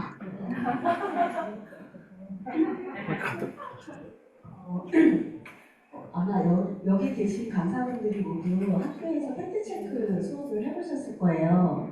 저도 그렇고 여기 옆에 선생님하고 이제 팩트체크 대회도 이제 실제 나가서 해보고 또 학생들하고 팩트체크를 해보라고 주제도 이제 선정을 하게 한 다음에 왜냐면 저희가 정해주는 주제보다 학생들이 흥미로워할 만한 그런 주제를 가지고 팩트체크를 해보게 하거든요.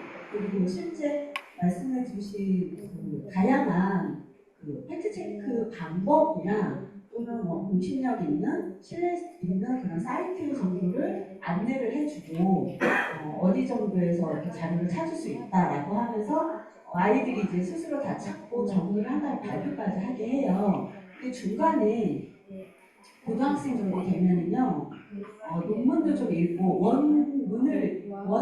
그 자료 정보를 찾는 게 굉장히 중요하잖아요. 걸려진 자료보다 원래의 정보를 찾는 게 중요한데 어떤 학생들은 요 정도만 찾으면 사실 아닌가요? 라고 이렇게 딱 맡겨요. 그러면 이제 가르치는 입장에서 팩트체크라는 것 자체가 원래는 진짜 사실 진리에 도달할 수는 없다라고는 해요. 끝을 파고 들어도 그게 진짜 사실인지를 결론적으로 이게 진짜 정확한 사실이다라고 단정질 수는 없기 때문에 그럴 수는 있는데 어디까지를 학생들이 좀 더 파라고 좀 더 체크해 보라고 안내를 하시는지 학생들이 여기까지만 해도 충분하다라고 하는 어떤 기준선이 있으신지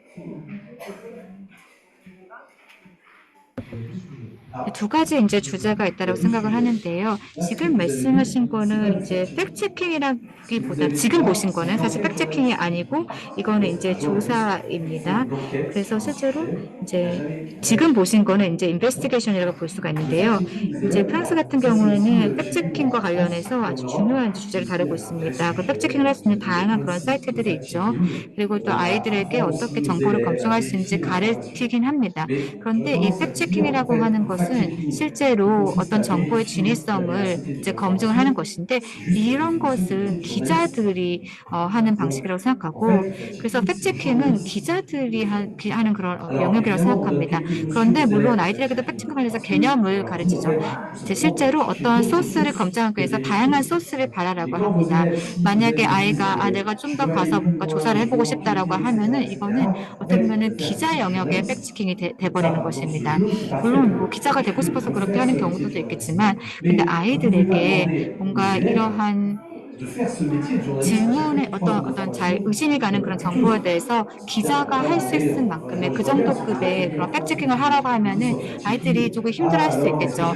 그래서 실제로 뭔가 이런 계속 파고파고 파는 게 사실 쉽지가 않다는 것입니다. 아이들 입장에서는. 그래서 그건 약간 이제 기자의 영역으로 치고 우리가 줄 수 있는 그런 조언이라고 하는 것은 만약에 의심스러운 그런 정보가 있다라고 하면은 뭐 현장의 어떤 증인까지만 아니더라도 뭔가 이 기사라든지 아니면 영상이라든지 그 출처까지 아니면 어떤 언론에서 오는 것인지까지만 보라는 것이죠. 그게 만약에 찾을 수가 없다라고 하면은 이게 잘못된 걸 수도 있고요.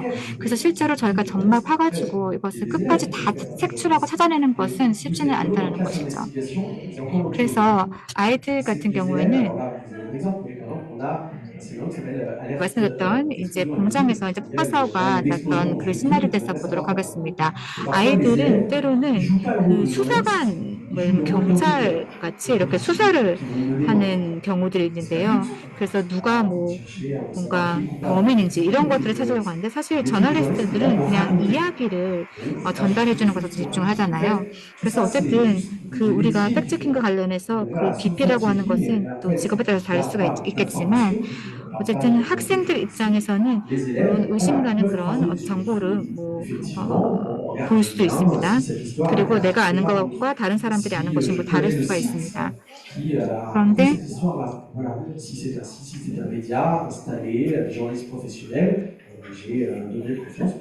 그리고 이제 모르는 출처라고 하면은 이게 좀 저희가 팩트체킹이 좀 덜 됐다라고 볼 수 있지만 어쨌든 그게 기자가 나온 것이라고 하면은 좀 더 저희가 좀 믿을 수가 있는 것일 수도 있겠는데 그리고 저희가 이제 이미 구글 이미지를 좀 많이 사용을 하기도 합니다. 실제로 어떤 사진들 같은 경우에 이게 진짜인지 아닌지 이런 부분들을 또 구글 포토에서 판별을 해주는 경우 있습니다. 어쨌든 만약에 어떤 이미지가 있다라고 하면은 그 게재된 이미지가 있다라고 하면 이 이미지가 어디서 왔는지 뭐 출처가 어딘지 또 어떤 사진 작가가 찍은 것인지 아니면 다른 그런 매체에서 온 것인지 이런 질문들을 일단 할 수 있다는 게 중요하다고 생각을 하고요. 그런데 그렇다고 해서 우리가 팩트체킹을 하기 위해서 학생 입장에서 정말 막 너무 깊게 막 이거 파고들 필요는 없다고 생각합니다. 그러니까 그게 중요한 포인트가 아니라고 생각합니다. 실제로 저희가 이 출처를 파고 파서 출처가 무엇인지 다 알 필요는 없다고 생각합니다. 그래서 만약에 저희가 뭐 어떤 의심이 되는 그런 정보가 있다라고 하면은 그런 팩트체킹 그 횟수 같은 경우에도 저희가 수십 번, 뭐 수백 번 할 필요는 없다는 것이죠. 일단 한 번 정도라도 이게 출처가 어디인지 그리고 어떤 사이트에서 왔다라고 하면은 그리고 합법적인 사이트에서 왔다라고 하면은 거기까지가 팩트체킹이 될 수도 있습니다. 그래서 아이들이 아까 말씀드렸듯이 본인들만의 그런 미디어 경관이라든지 그런 환경을 머릿속에 구축하는 것이 매우 중요합니다. 자기들의 레퍼런스를 계속해서 축적하는 것이 매우 중요하다고 생각하고요. 그리고 다양한 그런 검색어라든지 이런 것들을 사용해서 검색을 잘 해보고 그다음에 출처를 확인해보고 이러한 연습만으로도 이제 충분하다고 생각합니다. 그 팩트체킹과 관련해서요. 그래서 만약에 아까 말씀드렸듯이 출처가 뭔가 명확하지 않은 것 같은 경우는 이제 멀리하면 되는 것이고요.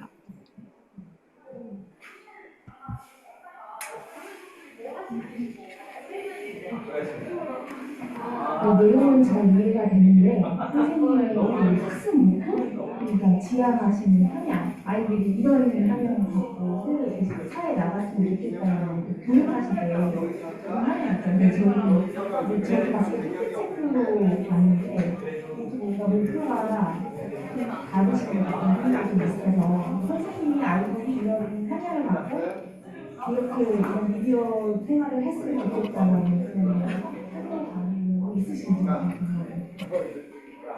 Voilà. Là, il y a différentes 좀 짧게 말씀을 드리도록 하겠습니다. 제가 이제 저널리스트 컨소시엄이라는 것에다 말씀을 드렸잖아요. 아이들이 이런 부분에 대해서 잘 모릅니다. 그런데 유럽 같은 경우에는 한국은 어떨지 모르겠지만 어쨌든 유럽 같은 경우에는 실제로 많은 그런 조사들이 이루어지고 있는데 또 보도들이 이루어지고 있는데 이 컨소시엄을 통해서 이루어지고 있습니다. 예를 들어서 뭐 조세회피다라고 하면요. 그래서 실제로 뭐 프랑스 그리고 뭐 영국 그리고 또 그 독일 이런 곳에서 이제 조세 회피와 관련해서 다양한 그런 기사들이 나오고 있는데요. 이런 기사들을 씀에 있어서 이제 많은 그런 기자들이 서로 이제 협업을 하고 있습니다. 그래서 저희가 이러한 이제 그 액티비티를 통해서 아이들이 조금 이해를 했으면 하는 것은 바로 이제 기자 컨소시엄이 어떻게 돌아가는지 하는 것이고요. 그리고 오신트와 관련돼서 이제 좀 가르치고 있었습니다. 왜냐하면은 오늘날의 그런 상황을 보면은 기자들 같은 경우는 이제 보도를 할 때 이게 우크라이나 전쟁들을 이제 유럽에서 많이 기사를 쓰고 있는데 실제로 저희가 이 장병들이 어떻게 움직이는지를 또 군이 어떻게 움직이는지를 구글 스트리트 뷰를 통해서 많이 파악을 있었습니다. 이것은 이제 오픈 툴이잖아요. 공개된 그런 툴들입니다. 그래서 이런 공개된 정보라든지 툴들을 많이 사용하고 있습니다. 프랑스뿐 아니라 전 세계적으로 그러니까 영상 어떤 그 보도를 할 때, TV 보도를 할 때 이러한 오픈된 소스들을 많이 사용할 수 있습니다. 그래서 아이들도 이러한 공개된 툴들을 기자들도 사용하고 우리도 사용할 수 있겠구나라는 것을 이제 배울 수 있고 그리고 지금 이제 아까 네 번째 이제 시나리오에 대해서 말씀드렸지만 이제 두 번째 시나리오 같은 경우에는 실제로 믿을 수 있는 신뢰할 수 있는 그런 정보원이 무엇인지를 배울 수 있습니다. 그래서 어떤 이제 재해가 발생을 했는데 아니면은 지역 주민의 어떤 증언이라든지 증언이라고 하는 것이 지자체의 그런 증언이랑은 또 다른 무게를 가질 수가 있습니다. 그래서 그런 것도 이제 배울 수가 있고요. 그래서 각각의 시나리오별로 우리가 미디어와 관련해서 가르치고자 하는 그런 목적들이 다르다는 것이고요. 그리고 제가 이제 말씀드렸던 것은 클래스 인베스티게이션이지만 또 오전에는 또 다른 부분들을 이제 설명을 드렸습니다. 그래서 그것 같은 경우에는 좀 더 이제 목적 같은 경우에 좀 더 광고라든지 뭐 광고의 그런 진위 여부 이런 것과 관련된 부분이었는데요. 어쨌든 지금 그 미디어 정보 교육과 관련해서 다양한 그런 개념들을 좀 가르치려고 하고 있고 그리고 실제로 목적에 따라서 이런 액티비티가 좀 다르게 진행이 될 수가 있습니다. 그리고 이 네 가지의 이제 다양한 리소스를 보여드렸지만 아까 말씀을 드렸듯이 이 미디어 같은 경우에는 저희 프로그램에 이제 통합이 되어 있습니다. 그리고 실제로 뭐 교사들을 대상으로 하는 그런 프로그램이 있습니다. 만약에 16세 대상으로 저희가 뭔가 이제 지리 수업을 가르친다. 그런데 미디어의 이러한 경제 모델도 통합해서 가르친다라고 하면은 요거와 요 주제를 같이 통합해서 가르친다라고 하면은 이러한 자료를 사용해 주십시오라고 저희가 또 제언을 하고 드릴 수도 있고요. 그래서 사실 이 지리 교사 같은 경우에는 뭐 예를 들면은 기후 변화와 관련해서 가르친다라고 하면은 관련된 그런 자료들을 제공해 드릴 수도 있고요.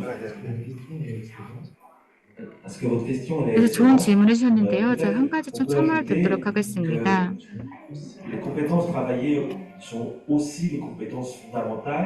실제로 이 문서를 읽을 수 있는 그 역량을 기르는 것도 매우 중요하고요. 이러한 액티비티를 통해서 아이들이 글 쓰는 작업도 할 수 있고 그래서 기본적인 어떤 능력이라든지 역량을 좀 키울 수 있고요.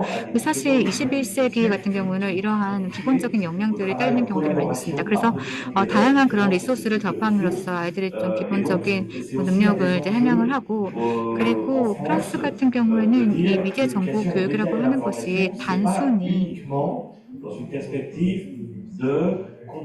그런 미디어 시스템이라든지 아니면 정보의 그런 생성 이런 것만 이해하려고 하는 것이 아니라요. 그래서 아이들의 그런 기본적인 역량, 그래서 읽고 쓰고 읽고 쓰고 그리고 말하고 이러한 기본적인 능력을 배양하는 데도 많은 도움을 주고 있습니다. 그래서 실제로 학교 같은 경우에는 이러한 그 교사로서 또는 이제 교육자로서 이러한 기본적인 능력을 배양시켜주는 것도 중요하다고 생각합니다.